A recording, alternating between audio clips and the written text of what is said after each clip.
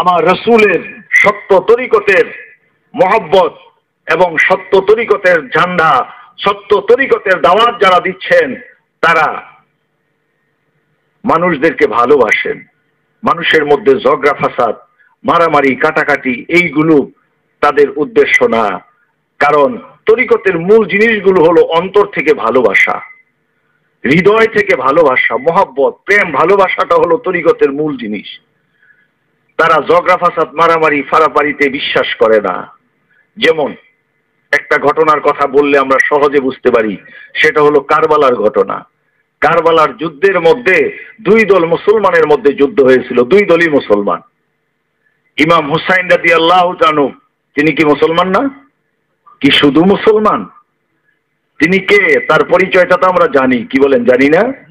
তিনি আওলাদে রাসূল, তিনি আহলে বায়ত, পাক পাঞ্জাতনের একজন, এবং যাকে আমার রাসূল দুনিয়ার জমিন থেকেই জান্নাতি ঘোষণা করেছেন, জান্নাতের সমস্ত যুবকদের সর্দার হবেন তিনি। তার সাথে যুদ্ধ করতে গেছে যারা, তারা কারা? তাদের পরিচয়টা কি? তাদের পরিচয় কি? তারা কারা? তারা স্বঘোষিত খলিফা, তারা ক্ষমতা চায়, তারা পদ চায়, তারা দুনিয়ার লোভ লালসা চায়, তারা দুনিয়ার ক্ষমতা চায়। কিন্তু ইমাম হুসাইন দুনিয়ার ক্ষমতা চায় না। তিনি দুনিয়ার ক্ষমতাকে লাথি মেরে তিনি মসজিদে নববীর ইমাম হয়ে মানুষদেরকে আমার রাসূলের শিক্ষা দিচ্ছেন, যার কারণে তাদেরকে ইমাম বলা হয়। আগের কারো নামের আগে ইমাম নাই। ইমাম হাসান হুসাইন থেকে ইমামের কথাটা চলে আসছে। এর আগে যত সাহাবীরা ছিলেন তাদের নামের আগে, কারো নামের আগে ইমাম বলা হয় না। আবু বকর রাদিয়াল্লাহু তাআলা মসজিদে নববীতে ইমামতি করেছেন, ওনার নামের আগে বলা হয় না যে ইমাম হযরত আবু বকর রাদিয়াল্লাহু তাআলা, বলা হয়? বলা হয় না। ইমাম হাসান হুসাইনকে বলা হয় এজন্য যে তারা এই দুনিয়ার ক্ষমতাকে, দুনিয়ার রাষ্ট্রীয় ক্ষমতাকে দূরে সরিয়ে দিয়ে, যেহেতু খোলাফায়ে রাশিদিনের সময় দুনিয়ার এই রাষ্ট্রীয় ক্ষমতা ছিল আমার রাসূলের আদর্শে পরিচালিত হচ্ছে, কিন্তু যখন মুনাফিকের সংখ্যা, দুনিয়া লোভীদের সংখ্যা বেড়ে গেছে, তারা এই ক্ষমতা, এই রাষ্ট্রীয় পরিচালনা থেকে তারা দূরে সরে গেছেন। কারণ দিন দিন ওমর রাদিয়াল্লাহু তাআলা শাহাদাত বরণ করার পরে দুনিয়াবি লোকের সংখ্যা গেছে বেড়ে, যাদের মধ্যে শুধু পদের লোভ, ক্ষমতার লোভ, সম্পদের লোভ। আর পদের লোভ, সম্পদের লোভ, ক্ষমতার লোভ, এটাকে আমার রাসূল ঘৃণা করতেন। আমার রাসূল এটাকে ঘৃণা করতেন। কারণ দুনিয়ার সম্পদ, দুনিয়ার টাকা পয়সা, দুনিয়ার লোভ লালসা মানুষদেরকে পরকাল থেকে ফিরাইয়া দুনিয়ামুখী করে দেয়, জাহান্নামের দিকে নিয়ে যায়। আমার রাসূল জানেন যে আরব দেশের মধ্যে সবচাইতে ধনাঢ্য মহিলা ছিলেন হযরত খাদিজাতুল কুবরা। তার সমস্ত সম্পদের মালিক বানিয়েছিলেন আমার রাসূলকে। আমার রাসূল কি করছেন? সমস্ত সম্পদ বন্টন করে দিয়েছেন, মানুষদেরকে দান করে দিয়েছেন। গরিব অসহায় মুসলমান যারা ছিল তাদের কল্যাণের জন্য ব্যয় করে দিয়েছিলেন। তিনি ধনী হতে চান নাই। ভাইয়েরা আমার, কারণ হলো দুনিয়ার সম্পদ যাদের বেশি তারা আল্লাহ থেকে দূরে সরে থাকে। দুনিয়ার সম্পদ যাদের বেশি, এই সম্পদের লোভে পড়ে, সম্পদের মায়ায় পড়ে মানুষ আল্লাহকে ভুলে যায়, আল্লাহ রাসূলকে ভুলে যায়। মানুষ দুনিয়া থেকে, দুনিয়ার দিকে আকৃষ্ট হয়ে যায়, পরকালের কথা ভুলে যায়। আমরাও দেখি সমাজে দেখা যায় ধনী লোকের চাইতে যাদের সম্পদ কম, তাদের মধ্যে ধর্ম, কর্ম এবং তারা আল্লাহ, আল্লাহ রাসূলকে ভালোবাসে বেশি, তাদের চোখে পানি আসে। মসজিদের জামাতে যদি আমরা দেখি, অধিকাংশ লোকই যারা সাধারণ মানুষ তাদের সংখ্যাই বেশি। কি বলেন, বেশি না? ধনী লোকের সংখ্যা কম। এটার বিভিন্ন কারণ থাকতে পারে। কারণ যাদের ধনী, অনেক বড় ব্যবসা, অনেক জায়গা জমি, বাড়ি গাড়ি, অনেক কিছু, তারা ব্যস্ত থাকে বেশি, তারা নামাজ পড়ার সময় পায় কম। ভাইয়ের আমার, এজন্য দুনিয়ায় যাদের ধন সম্পদ বেশি, অধিকাংশ লোক তারা পরকালকে ভুলে যায়। সম্পদের মায়ায় পড়ে, লোভে পড়ে আরাম আয়েশ ভোগ বিলাসের জীবন যাপন করে তারা পরকালকে ভুলে যায়। কিন্তু পরকালের সুখ শান্তি আরামায়েশ এই দুনিয়ার আরামায়েশের চাইতে অনেক গুণ বেশি। কি বলেন, বেশি না কম? এই দুনিয়ায় যদি একটা লোক সুখে থাকে, অনেক সম্পদের মালিক, বাড়ি গাড়ি ধন সম্পত্তি, কোনো কিছুর অভাব নাই, দুনিয়ায় বাঁচবে কয়দিন? কয়দিন আমরা বাঁচবো? 50, 60, 70, 80, 100 বছর? কি বলেন, এর বেশি? তাও 60 বছর পর্যন্ত মোটামুটি মানুষ সুস্থ থাকে। 60 বছরের পরে কিন্তু আর মানুষ সুস্থ থাকে, শতকরা 2-1 থাকতে পারে। অধিকাংশ লোকই ডায়াবেটিস, ব্লাড প্রেশার, প্রেশারের সমস্যা, হার্টের সমস্যা, কিডনিতে সমস্যা, কোমরে ব্যথা, বুকে ব্যথা, মাথায় সমস্যা, চোখের সমস্যা। খাইতে গেলে অনেক খাবারের আয়োজন আপনার বাড়িতে করছেন, কিন্তু দেখা যায় খাইতে বসলেই এটা ঠিক মতো খাওয়া যাবে না, কারণ এটা প্রেশার বাড়ায় দিবে। এটা মিষ্টিটা খাওয়া যাবে না, কারণ ডায়াবেটিস। এটা খাওয়া যাবে না, কারণ এটা হার্টে প্রবলেম করবে। এটা খাওয়া যাবে না, কিডনিতে প্রবলেম হবে। এটা খাওয়া যাবে না, পেটে গ্যাস হবে। নানান কাহিনী করে শেষ পর্যন্ত এত দামি দামি খাবারের মধ্য থেকে বেছে বেছে সামান্য কিছু খাবার সে খেতে পারে, পেট ভরে খাবার খেতে পারে না। এইগুলি কি গল্প না বাস্তব কথা বলেন তো একটু? তাহলে একটা লোক যদি দুনিয়ায় খুব সুখে থাকে, অনেক সম্পদের মালিক হলো, কিন্তু সে থাকবে দুনিয়ায় কয়দিন? 50, 60 বছর, 100 বছর, এর বেশি না। এই দুনিয়ার মায়ায় পড়ে, এই দুনিয়ার লোভ লালসায় পড়ে, সম্পদের মোহে পড়ে এই লোকটা যদি আল্লাহকে ভুলে যায়, আল্লাহ রাসূলকে ভুলে যায়, ঈমান এই আমল না করে, আর সে যদি আল্লাহকে ভুলে কবরে যায়, তাহলে কবরে কি তাকে ছাড় দেওয়া হবে? সম্পদের কারণে, তার টাকা পয়সা, অনেক বাড়ি গাড়ি থাকার কারণে কবরে গেলে কি তাকে ছাড় দিবে? বেঈমান হয়ে কবরে যাওয়ার কারণে মৃত্যুর পর থেকেই তার রুহু যখন আজরাইল নিয়ে যাবে, তখন থেকেই তার আযাব শুরু হয়ে যাবে। কেমন আযাব হবে কবরের মধ্যে? কঠিন আযাব হতে থাকবে, যে আযাবটা একদিন নয়, 2 দিন নয়, 1 বছর নয়, 2 বছর নয়, 100 বছর নয়, 200 বছর নয়, 1000 বছর নয়, 2000 বছর নয়, 1 লক্ষ বছর নয়, 2 লক্ষ বছর নয়, লক্ষ লক্ষ কোটি কোটি বছর কবরের মধ্যে কিয়ামত পর্যন্ত তাকে কষ্ট ভোগ করতে হবে। ও ভাইয়ের আমার, যারা ধনী, আমি তাদেরকে লজ্জা দেওয়ার জন্য বা বদনাম করার জন্য বলছি না। যদি ধনী হয় তার সম্পদের কারণে, সেজন্য আল্লাহকে ভুলে না যায়, আমার রাসূলকে ভুলে না যায়, এজন্য বলছি এই দুনিয়ার সুখ শান্তি আরামায়েশ মাত্র 50, 60, 70, 80 বছরের, কিন্তু যদি বেঈমান হয়ে কবরে যান, কবরে গেলে মৃত্যুর থেকে শুরু করে কিয়ামত পর্যন্ত কষ্ট ভোগ করতে হবে। কয় বছর কবরে থাকবেন? 100 বছর, 200 বছর? কয় বছর কবরে থাকবেন? ভাইয়ের আমার, বিজ্ঞান প্রমাণ করেছে এই পৃথিবীর বয়স প্রায় 650 কোটি বছর হয়ে গেছে। এই পৃথিবীতে, এটা একটা ভূম, এটা একটা পৃথিবীর, এই জমিনে মানুষ আসছে। বিজ্ঞান তারা রিসার্চ করে দেখেছেন যে প্রায় 650 কোটি বছর আগে থেকে মানুষ এই পৃথিবীতে বসবাস শুরু করেছেন। তাহলে এই 650 কোটি বছর আগে পৃথিবীর শুরু থেকে যারা দুনিয়া থেকে বিদায় হয়ে গেছেন, কবরে গেছেন, তারা কোথায় আছেন? কোন জায়গায় আছেন? তাদের কি ধন সম্পদ ছিল না? রাজা বাদশাহ, কত শক্তিশালী, কত ক্ষমতাশীল লোক ছিল, কত সম্পদের মালিক ছিল, তারা আজকে কবরেই আছে। কি বলেন, আছে না?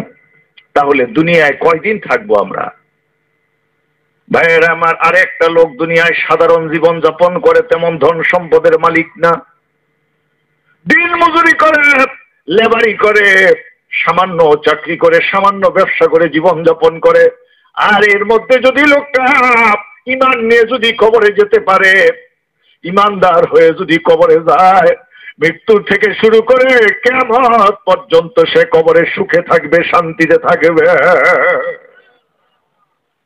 তাহলে এই দুনিয়ায় যদি দুঃখে থাকে, কষ্টে থাকে, তাও অল্প দিনের, খুব অভাব অনটনে জীবন যাপন করলেন, রোগে শোকে দুঃখ কষ্টে, কিন্তু ঈমান নিয়ে কবরে যেতে পারলে কবরে আদি অনাদিকাল আপনাকে সুখে থাকার ব্যবস্থা আমার আল্লাহ করে দিবেন। মৃত্যুর পর থেকেই কবরটা জান্নাতের বাগান হয়ে যাবে। তাহলে দুনিয়ার সুখ শান্তি অল্প দিনের, দুনিয়ার দুঃখ কষ্ট অল্প দিনের, পরকালে সুখ শান্তিরও শেষ নাই, আবার দুঃখ কষ্টেরও শেষ নাই। কারা কারা কবরে যাবেন না একটু হাত উঠে দেখান দেখি। দেখছেন সবাইকেই যাবে, এইটা কিন্তু আমরা সবাই বিশ্বাস করি। যতই আপনি আমারে পছন্দ করেন, আমি আপনাকে পছন্দ করি না, এটা না সেটা না, এটা শিরক এটা বেদাত এই সেই যত কিছুই করি, ওই জায়গায় কিন্তু কারো কোনো দ্বিমত নাই যে আমরা মরবো না। পৃথিবীতে কেউ মরে নাই, মৃত্যুবরণ করবে না, এটা কেউ বুকে হাত দিয়ে সাহস করে বলতে পারে না। এই জায়গায় সব একমত। কেউ যখন ইন্তেকাল করে, মৃত্যুবরণ করে, শোনার পরে আমরা কি বলি? অনেকেই আপনারা জানেন, দেখছেন কতবার এই যে এই কথাটা বললেন, ইন্না লিল্লাহি ওয়া ইন্না ইলাইহি রাজিউন, এটা কোরআনের একটা আয়াত, এটা একটা দোয়া। দুঃখের কথা শুনলে, কষ্টের কথা শুনলে, মৃত্যু সংবাদ শুনলে আমরা এটা পড়ি, কি বলেন ঠিক না? এটার বাংলা অর্থটা কি? ওই যে আরেক ভাই বলতেছে তোমরা যাও আমরা আসতেছি, যদিও সরাসরি অর্থটা হয় নাই কিন্তু ভাবার্থটা হয়ে গেছে। মূল উদ্দেশ্য এটাই কি, ইন্না লিল্লাহি, নিশ্চয় আমরা আসছি আল্লাহ থেকে। কোত্থেকে আসছি? কে পাঠাইছে আমাদেরকে? আমরা আসছি কার থেকে? আল্লাহ থেকে। ওয়া ইন্না ইলাইহি রাজিউন, এবং আমরা আবার আল্লাহর দিকে ফিরে যাব। যাব কোথায়? তাহলে দুনিয়ায় অল্প দিনের মধ্যে দেখেন আমরা কত দল, কত মত, কত মারামারি ঝগড়া ফাসাদ, কত কিছু করতেছি। সরকারি দল, বেসরকারি দল, বিরোধী দল, কত কিছু আমরা করতেছি, কিন্তু মূল পরিচয় কিন্তু আমরা সবাই মানুষ, এবং আল্লাহ আমাদের সৃষ্টিকর্তা, আবার সে আল্লাহর কাছে আমরা ফিরে যাব। এর মধ্যে কারো কোনো দ্বিধাদ্বন্দ্ব নাই, কোনো দ্বিমত কারো নাই, পৃথিবীতে আজও পর্যন্ত হয় নাই। কি বলেন আছে? সব কাজেরই কম বেশি ভুল হয়, মানুষের ভুল হতে পারে, অনেক ফেরেশতাদেরও ভুল হয়েছে, কিন্তু আজরাইলের এই ভুলটা কখনো হয় নাই যে হয়তো 2-4 হাজার বছর হয়ে গেছে একটা লোক মারা যায় নাই, পাহাড়ে জঙ্গলে কোথাও টিলার মধ্যে হয়তো ভুলক্রমে রয়ে গেছে, সেইখানে হয়তো আজরাইলের চোখ পড়ে না। আজকাল বর্তমান যেইভাবে ডিশ লাইনের মধ্যে যেইভাবে সাংবাদিক আনাচে কানাচে যেইভাবে তারা সার্চিং করতেছে, দেখা যায় যে ধরা পড়ে যাইতো যদি কোনো লোকের বয়স 2-4 হাজার 10,000 বছর হয়ে গেছে, মারা যায় না, এরকমের যদি পৃথিবীতে কেউ থাকতো, তাহলে আমরা এটা পেপার পত্রিকায় মিডিয়ায় বিভিন্ন চ্যানেলে আমরা দেখতাম। এই রকমের ঘটনা আপনারা কোনদিন শুনছেন যে একটা লোক 10,000 বছর যাবৎ বাইসা আছে? শুনছেন কোনোদিন? শোনেন নাই। তাহলে সবার ভুল হইল, আজরাইলের এই ভুলটা হয় নাই যে কারো জান কবজ করতে, রুহু কবজ করতে তার নির্দিষ্ট সময়ের মধ্যে হবে, কেউ পৃথিবীতে টিকে থাকতে পারবে না। এজন্য আমার মুর্শিদ আল্লাহর ওলি চন্দ্রপুরী হুজুর বলছেন, এই দুনিয়া আখিরি জামানা, শেষ জামানা, ফিতনা ফাসাদের জামানা। এই আখিরি জামানার মানুষ হায়াত পায় কম, গুনাহ করে বেশি। এই আখিরি জামানার মানুষ হায়াত পায় কম, গুনার কাজ করে বেশি। অল্প হায়াতে জিন্দিগিতে একটা মানুষ যাতে ঈমান নিয়ে কবরে যেতে পারে, তার জন্য তাকে 3টি বিষয়ের উপরে জ্ঞান অর্জন করতে হবে, 3টি বিষয়ের উপরে সে আমল করতে হবে। এই 3টি বিষয়ের উপরে যদি সে আমল করে, দুনিয়ার জমিন থেকে ঈমান নিয়ে কবরে যেতে পারবে নিঃসন্দেহে, তাতে কোনো সন্দেহ নাই। 3টি বিষয় কি কি? আত্মা শুদ্ধ করা, দিল জিন্দা করা, নামাজে হুজুরি তৈরি করা। এই 3টি বিষয়ের উপরে কেউ যদি জ্ঞান অর্জন করতে পারে, ওই ব্যক্তি ঈমান নিয়ে কবরে যাবে, বেঈমান হয়ে কবরে যাওয়ার ভয় নাই। এই জন্য আমার মুর্শিদ আরো বলেন, পরকালকে ঠিক রেখে, পরকালের কর্ম ঠিক রেখে যারা দুনিয়ার কাজ করে, দুনিয়ায় চলে, তারা হলো জ্ঞানী বা বুদ্ধিমান। আর পরকালকে ভুলে গিয়ে যারা দুনিয়ায় চলে, তারা হলো আহাম্মক বা নাদান। আমি বিশ্বাস করি আমরা এখানে যারা আসছি সবাই বুদ্ধিমান, কারণ এই মজলিসে সবার আসার কথা না। এইখানে যারা বিশ্বাসী, যারা আল্লাহর ওলিদেরকে ভালোবাসে, আল্লাহকে ভালোবাসে, রাসূলকে ভালোবাসে, তারাই এখানে আসে। আর যারা ভালোবাসে না, তারা এখানে আসে না, দূরে থেকে বসে বসে নানান সমালোচনা করে আর মানুষদেরকে ধোঁকা দিতে থাকে। মিয়া যাইও না, এটা চন্দ্রপাড়ার মাহফিল, চন্দ্রপাড়ার কথা এখানে হবে, পীরের কথা এখানে হবে, যাইও না, পীর ধরা বেদাত শিরক। ও ভাইরা আমার, এই ধরনের কথা বলবে। কিন্তু এখানে যারা আসছে, আমি বিশ্বাস করি যে আপনাদের আল্লাহ এবং আল্লাহ রাসূলের প্রতি বিশ্বাস আছে, ওলি আল্লাহদের প্রতি মহব্বত আছে, বিদায়ী আপনারা আসছেন। কি বলেন ঠিক না? কারণ হেদায়েতের মালিক কে? জোরে বলেন কে? কেউ কাউকে হেদায়েত করতে পারে না যদি আল্লাহ তাকে হেদায়েত না করে। আমি বললেই যে আপনি চন্দ্রপাড়ায় যাবেন, অলি আল্লাহর পথে আসবেন, এটা সত্য না। আল্লাহ আপনার উপর যদি আমার কথা এবং আল্লাহর যদি দয়া থাকে তাহলেই সেটা সম্ভব হবে। এটা আমার মুখের কথা না, আমার আল্লাহ নিজে কোরআনে ঘোষণা করেন, মাইয়াহদিল্লাহু ফাহুয়াল মুহতাদি আমার ইউদিলিল ফালান তাসিদা লাহু ওয়ালিয়াম মুরশিদা। আমার আল্লাহ বলেন, আমি আল্লাহ যাদেরকে পথ দেখাই, আমি আল্লাহ যাদেরকে হেদায়েত করি, আমি আল্লাহ যাদেরকে রাস্তা দেখাই তারাই পথ পায়, আর আমি আল্লাহ যাদেরকে পথ দেখাই না, আমি আল্লাহ যাদেরকে হেদায়েত করি না, ফালান তাজিদা লাহু ওয়ালিয়াম মুরশিদা, ওই সমস্ত ব্যক্তিদের জন্য কোনো মুরশিদ নাই, তাদের ভাগ্যে কোনো মুরশিদ নাই, তাদের তকদিরে কোনো ওলি নাই, তারা কোনো ওলি বা মুরশিদ তাদের নসিবে নাই, পাবে না। তাহলে হেদায়েতের মালিক কে? জোরে বলেন। আল্লাহ যাদেরকে হেদায়েত করে তারাই মুর্শিদের কাছে যেতে পারে। মুর্শিদ শব্দের অর্থ হলো পথ প্রদর্শনকারী, যারা পথ দেখায়।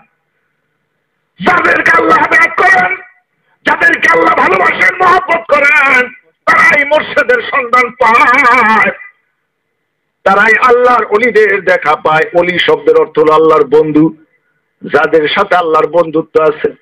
আল্লাহর বন্ধুত্ব যাদের সাথে আছে তাদের সন্ধান পাওয়া, মুর্শিদের সন্ধান পাওয়া, এটা আমার আল্লাহর দয়া। আল্লাহর দয়া না হলে কেউ কামেল পীর পায় না, আল্লাহর দয়া না হলে কেউ মুর্শিদের সন্ধান পায় না। এই জন্য আমার মুর্শিদ চন্দ্রপুরী বলতেন, পীর চিনে পীর ধরতে হবে। কামেল পীরের হাত হলো আল্লাহ এবং আল্লাহ রসুলের হাত, আর নাকেশ পীরের হাত হলো শয়তানের হাত। কামেল পীরের হাতে হাত দিলে মানুষ ঈমান নিয়ে কবরে যায়, আর নাকেশ পীরের হাতে হাত দিলে মানুষ শয়তানের ধোঁকায় পড়ে বেঈমান হয়ে কবরে যায়। তাহলে এখানে নসিবের ব্যাপার আছে, তকদিরের ব্যাপার আছে। তারা হলো কপাল পোড়া বদনসিব, যারা কোন আল্লাহর ওলি পাইল না, যারা ভণ্ডদের পাল্লায় পড়ে গেছে, যারা আল্লাহর ওলিদের সন্ধান পেল না, তারা কপাল পোড়া। এই জন্য এই সমস্ত লোকদের জন্য আমার মুর্শিদ বলছেন, যারা আল্লাহর ওলি চিনে না, আল্লাহর ওলি সম্পর্কে যাদের জ্ঞান নাই, তারা যদি শেষ রাত্রে উঠে, রহমতের সময়, তাহাজ্জুদের সময় উঠে আল্লাহর দরবারে যদি হেদায়েত চায়, পথ চায়, সঠিক রাস্তা চায়, আমার আল্লাহ তাদেরকে সৎ রাস্তা দেখায়া থাকা। কারণ পথ দেখানোর মালিক কে? আল্লাহ। আমরা শেষ রাত্রে থাকি ঘুমাইয়া। আমাদের দেশে কিছু লোক শেষ রাত্রে উঠে যারা তাহাজ্জুদের নামাজ পড়ে, কি বলেন ঠিক না? কিন্তু দেখা যায় আমাদের দেশে একটা ভুল ধারণা হলো কি, অনেকে মনে করে তাহাজ্জুদ মানে নামাজ। তাহাজ্জুদ শব্দের অর্থ নামাজ না। তাহাজ্জুদ শব্দের অর্থটাই হলো আরাম, আয়েশ, ঘুম, এইগুলি পরিত্যাগ করা। অর্থাৎ শেষ রাত্রে আরামের ঘুম হয় সবাইরই। আমরা শহরাঞ্চলে যারা থাকি, উপশহরে যারা থাকি, চাকরি বাকরি ব্যবসা বাণিজ্য যারা করি, দেখা যায় ঘুমাইতে ঘুমাইতে রাত্র 12টা 1টা 2টা বাজে যায়, কি বলেন ঠিক না? ঘুমটা আসে একবারে শেষ রাত্রে, খুব আরামের ঘুম আসে। আর শীতের দিন তো বলাই যায় না, এটা তো আরো আরাম। শেষ রাত্রে খুব আরাম আসে। এই আরামটাকে যারা হারাম করতে পারে, এই আরামের সময় এই বিছনাটা যারা ত্যাগ করতে পারে, এই আরামের সময় যারা লেপ কম্বল দূরে সরিয়ে দিয়ে অজু করে ক্যাবলা মুখে চোখের পানি ছেড়ে দিয়ে আল্লাহকে ডাকে, এই যে একটা ত্যাগ স্বীকার করলো, এই ত্যাগটা আল্লাহর দরবারে সবচাইতে বেশি পছন্দনীয়। এবং এই আমলটা করতেন যিনি সবচাইতে বেশি সৃষ্টি জগতের মধ্যে, এই আমলটা যিনি সবচাইতে বেশি করতেন, তিনি হলেন আমার আপনার নবী, বিশ্ব নবী মুহাম্মদ রাসূলুল্লাহ সাল্লাল্লাহু আলাইহি ওয়াসাল্লাম। তিনি এই আমলটা করতেন। কোনদিনও শেষ রাত্রে তিনি ঘুমান নাই। একদিন একটু তন্দ্রা এসেছিলেন, একটু তন্দ্রার ভাব এসেছিলেন। জিবরাইল আলাইহিস সালাম হাজির হয়ে আমার রাসূলের কদম মোবারকে নিজের জিহ্বা দিয়ে নিজের আল্লাহ রাসূলের কদম মোবারকে এসে চাটতেছিলেন, যাতে আল্লাহ রাসূলকে জোরে ডাক দিলে যদি বেয়াদবি হয়। অনেক লম্বা ঘটনা, আমি সেদিকে যাব না। দেখা গেল আল্লাহ রাসূল যখন তন্দ্রা কেটে গেল, ঘুমের ভাব কেটে গেল, জিবরাইল বললেন যে আল্লাহ আমাকে পাঠাইছেন, আপনি যদি ঘুমায় থাকেন তাহলে আপনার উম্মতেরা জাহান্নামী হয়ে যাবে, আপনার উম্মতেরা জাহান্নামী হয়ে যাবে, বিপদগামী হয়ে যাবে। আল্লাহ রাসূল চিৎকার দিয়ে ঘর থেকে বের হয়ে গেলেন। এই একদিন একটু শেষ রাতে আল্লাহ রাসূল একটু তন্দ্রা, ঘুমান নাই। একটু তন্দ্রার ভাব এসেছিলেন। আমার রাসূল আর কোনোদিন শেষ রাত্রে ঘুমায় নাই। এটা হলো তরিকা। কারণ হেদায়েত করেন আমার আল্লাহ। শেষ রাত্রে উঠে যদি কেউ আল্লাহর কাছে যায়, শুধু হেদায়েতই নয়, আমার রাসূল বলছেন, সহিহ বুখারী মুসলিম শরীফের মধ্যে হাদিসের মধ্যে এসেছে, আমার রাসূল বলছেন যে শেষ রাত্রে উঠে কেউ যদি নিজের অভাব, অনটন, রোগ, যন্ত্রণা, আপদ বিপদ, বালা মুসিবতের জন্য শেষ রাত্রে উঠে যদি আল্লাহর কাছে প্রার্থনা করে, আল্লাহ দয়া করে তা কবুল করে নেন, তার আপদ বিপদ মুসিবত দূর করে দেয়। ভাইয়ের আমার, তাই বলতেছিলাম, যারা আল্লাহর ওলি চিনেন না, এটা তাদের জন্য আমার মুর্শিদ তাদের জন্য এই বাণী রাখছেন যে তোমরা শেষ রাত্রে উঠে আল্লাহর কাছে হেদায়েত চাও, শেষ রাত্রে উঠে সঠিক পথ চাও, হেদায়েতের রাস্তা চাও। একবার আমার মুর্শিদের দরবারে, নাম বলবো না, কোন একজন পীর সাহেবের দরবার থেকে অনেকগুলো লোক আসতেন।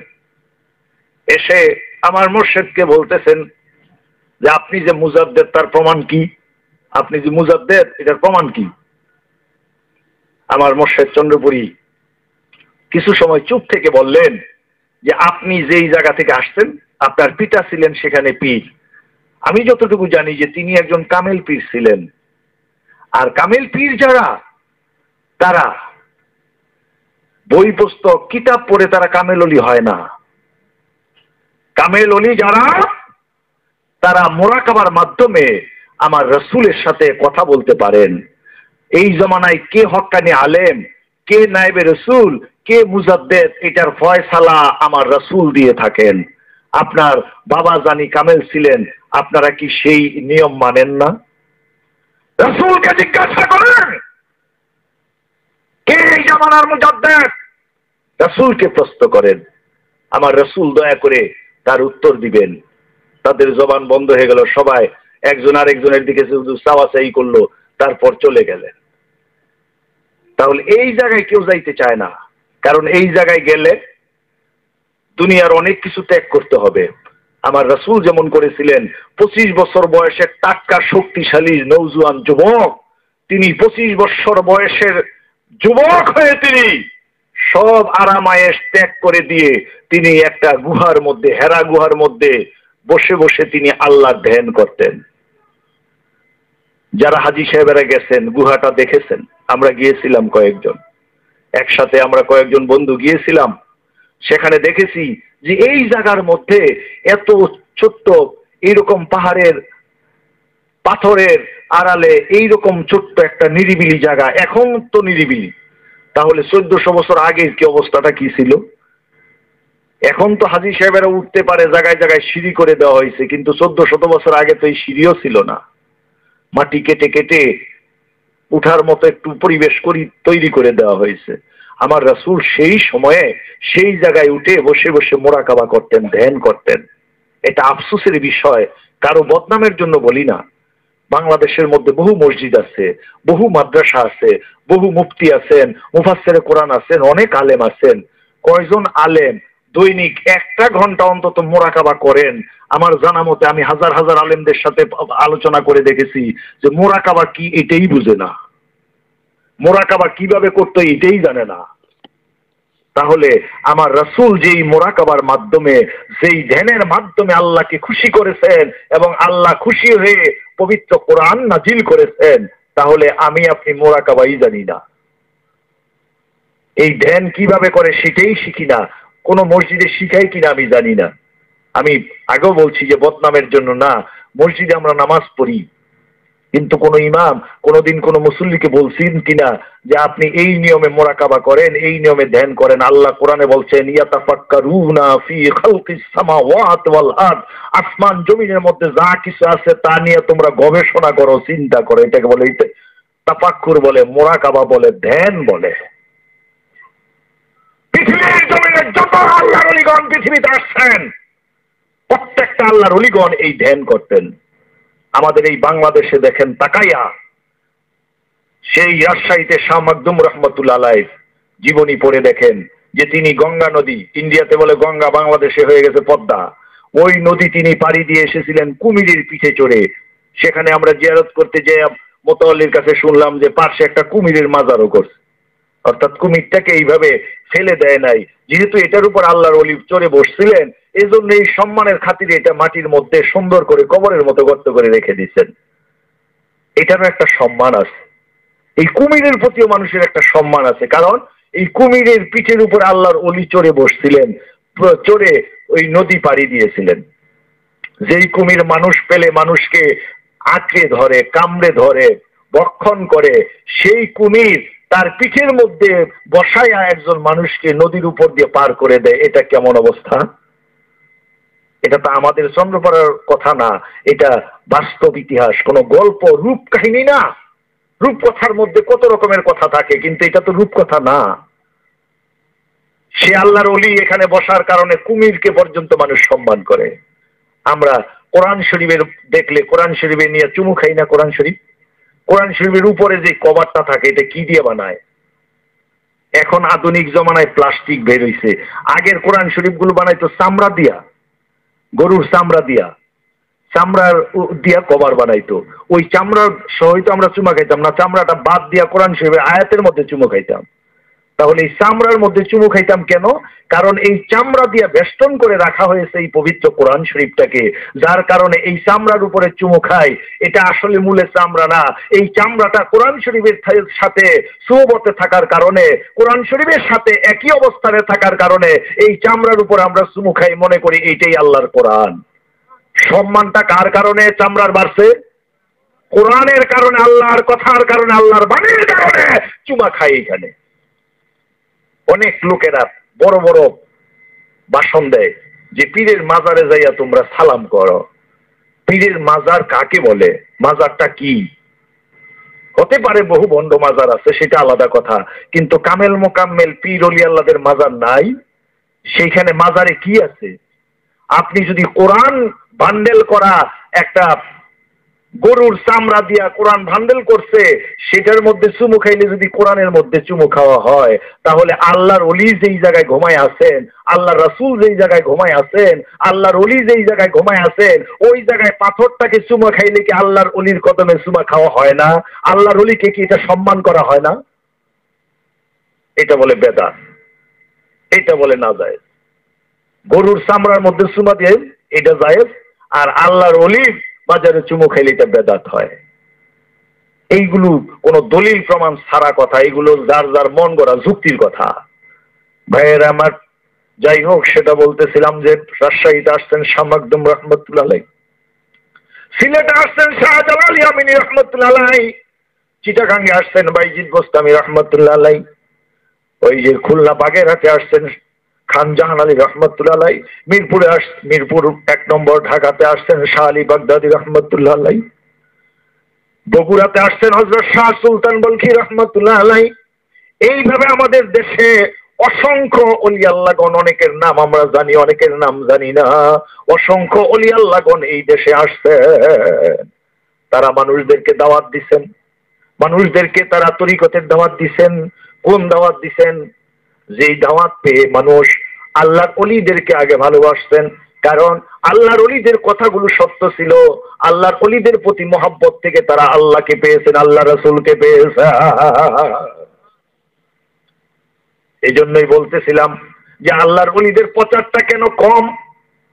কারণ তারা দুনিয়া বিমুখ, দুনিয়ার প্রতি তাদের আকর্ষণ কম, আখিরাতের প্রতি আকর্ষণ বেশি। এর আরেকটা কারণ হলো যে ওলি আল্লাহদের বংশের দ্বারা যারা আসছে, যেটা বলতেছিলাম ইমামদের কথা, সেই কারবালার প্রান্তরের কথা ভুলে গেছেন আপনারা? কারবালার প্রান্তরে গেছিলাম, বলতেছিলাম যে এই ওলি আল্লাহদের প্রচার প্রসারটা কেন কম? কেন এই দেশে ওলি আল্লাহ হক্কানি ওলিদের কম, প্রচার প্রসার কেন কম? আপনারা কি শুনবেন? সেই ঘটনাটা শুনতে চান? একটু কষ্ট করে সামনের দিকে আগায় বসেন, ভাইরা দাঁড়ায় আছে, বসেন, একটু আগায় বসেন। নিচের জায়গাটা বেশ শক্ত, ঠান্ডার মধ্যে একটু চাইপা চাইপা বসেন, আরাম লাগবে না, গরম লাগবে। একটু কষ্ট করে সামনে আগায় বসেন। যে ভাইয়েরা বাইরে আছেন আপনারা ভিতরে এসে বসেন। আমরা খুব বেশি সময় নেব না, অল্প সময়ের মধ্যেই মোনাজাত করবো ইনশাআল্লাহ।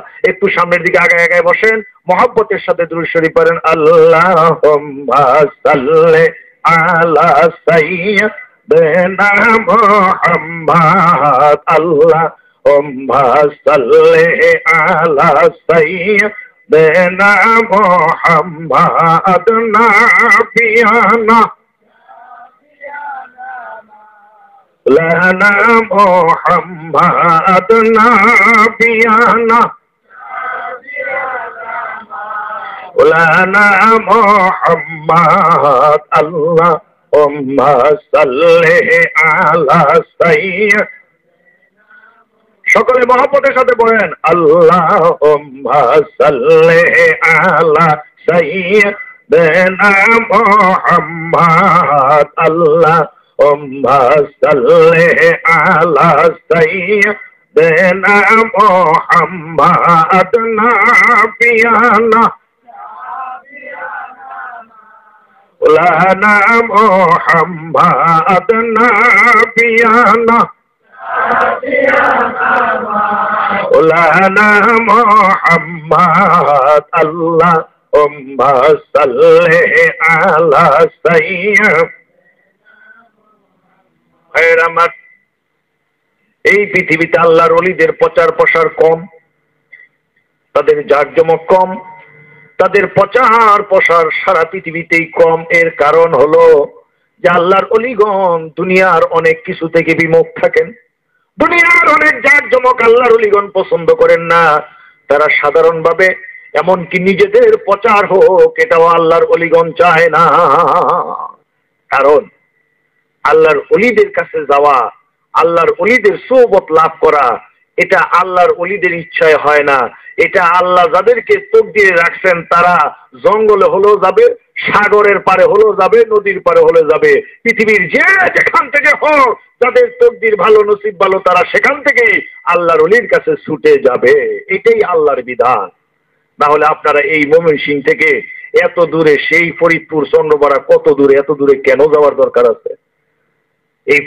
এই ময়মনসিংহে এই এলাকায় তো কত বড় বড় আলেম আছে, কত বড় বড় ইমাম সাহেব আছে, মাসলা জানে না, দোয়া জানে না, কোরআনের তাফসির জানে না, অর্থ জানে না, এইরকম আলেম তো না। জানে এই রকমের বহু আলেম আছে না? কি বলেন, ময়মনসিংহে আছে না?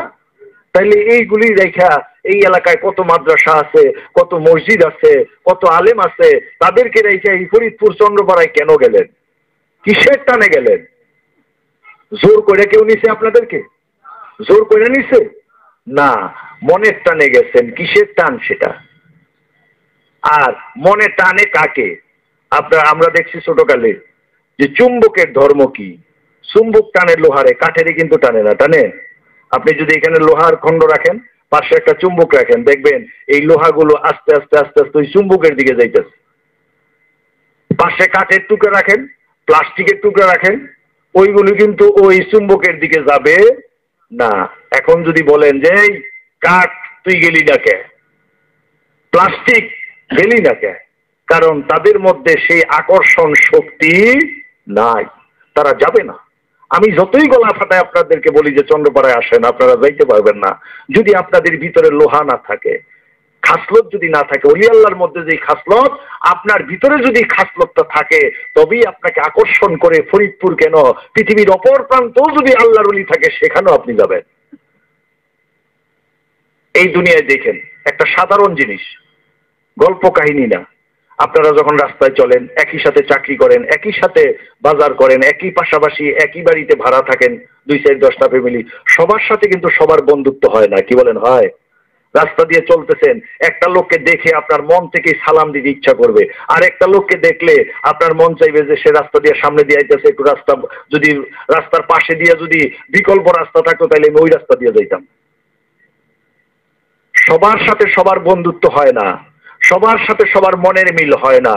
একই দোকানের 5 জন বসে চা খাচ্ছেন, দেখা যাবে 5 জনের 5 রকমের মত, এর মধ্যে হয়তো একজন আরেকজনের সাথে মতের একটা মিল হয়ে যায়। এইরকমও হয় না? এটা কেন হয়? এটা হলো সৃষ্টি তত্ত্ব। আল্লাহ যখন তৈরি করেছেন মানুষদেরকে, আলমে আরওয়ার মধ্যে রেখেছেন, সেইখানে এই অবস্থা ছিল। সবার সাথে সবার এক রকমের সম্পর্ক ছিল না। কে মোমেন হবে তা দেখেন প্রমাণ করে, কোনো মুখের কথা না। মোমেন কারা, ইমানদার কারা, নবী কারা, সিদ্দিকিন কারা, সুহাদা কারা, তাদেরকে আলাদা আলাদা করেই আল্লাহ তৈরি করছেন। একটা হাদিস শরীফে আছে, এটা মাদ্রাসায়ও সিলেবাসে আলেম ক্লাসের মধ্যে পড়ানো হয়, কিতাবুল ইমানের মধ্যে, বাবুত তকদিরের মধ্যে আমরা পড়াই। অনেক বছর যাবৎ আল্লাহ দয়া করছে পড়াইতেছি আলেম ফাজল ক্লাসে। কি হচ্ছে সেখানে লেখা আছে যে আদম আলাইহিসসালাম আর হলো মুসা আলাইহিসসালাম দুইজনের মধ্যে, জান্নাতের মধ্যে, বেহেশতের মধ্যে দুইজনের মধ্যে তর্ক হচ্ছে। বলতেছেন কে? আল্লাহ রাসূল সাহাবীদেরকে এই গল্পটা বলতেছেন, ঘটনাটা বলতেছেন যে দুইজনের মধ্যে তর্ক হচ্ছে, একজন আরেকজনের সাথে কথা বলতেছে, আলোচনা করতেছে। কি? মুসা আলাইহিসসালাম বলতেছেন আদম আলাইহিসসালামকে যে দুনিয়ার মধ্যে যত ভেজাল, যত ফিতনা ফাসাদ, এর জন্য আপনি দায়ী। আদম আলাইহিসসালাম তিনি তো মুরব্বী মানুষ, তিনি বলতেছেন যে আচ্ছা মুসা, আপনি যে বললেন যে আমি এর জন্য দায়ী, তা আপনি এটা কোথায় পাইছেন? প্রমাণটা কি? বলে কেন? আমার তৌরাত কিতাবের মধ্যে পাইছি যে আপনি বেহেশতের মধ্যে আপনাকে আল্লাহ রাখছিলেন, রাখার পরে আপনাকে নিষেধ করছিলেন যে ওই গাছটার কাছে যাইও না। আপনি কি করলেন? ওই গাছটার কাছে গেলেন, ওই গাছের ফল খাইলেন, যার কারণে দুনিয়ার মধ্যে আপনাকে ফেলে দিস। ফেলে দেওয়ার পরে এই যে শুরু হইলো ফিতনা ফাসাদ, মানুষের মধ্যে মারামারি কাটাকাটি শুরু হয়ে গেছে, এটার জন্য তো আপনিই দায়ী। আদম আলাইহিসসালাম মুরব্বী, তিনি পিতা, সমস্ত মানুষের পিতা, কি বলেন ঠিক না? তিনি সমস্ত মানুষের পিতা। তিনি কি করলেন? তিনি বললেন যে হে মুসা, আপনি যেই কথাটা বলতেছেন এটা যদি তৌরাত কিতাবে লেখা থাকে, কিতাবটা লেখছে কে? বলে যে আল্লাহ। কখন লেখছে? যে আমি তো তৌরাত কিতাবে পেয়েছি যে আল্লাহ আদম অর্থাৎ মানুষ তৈরির 50,000 বছর আগে এই কিতাবখানা লেখছেন, আসমানি কিতাবগুলো লিখে লৌহে মাহফুজের মধ্যে সংরক্ষণ করে রাখছেন।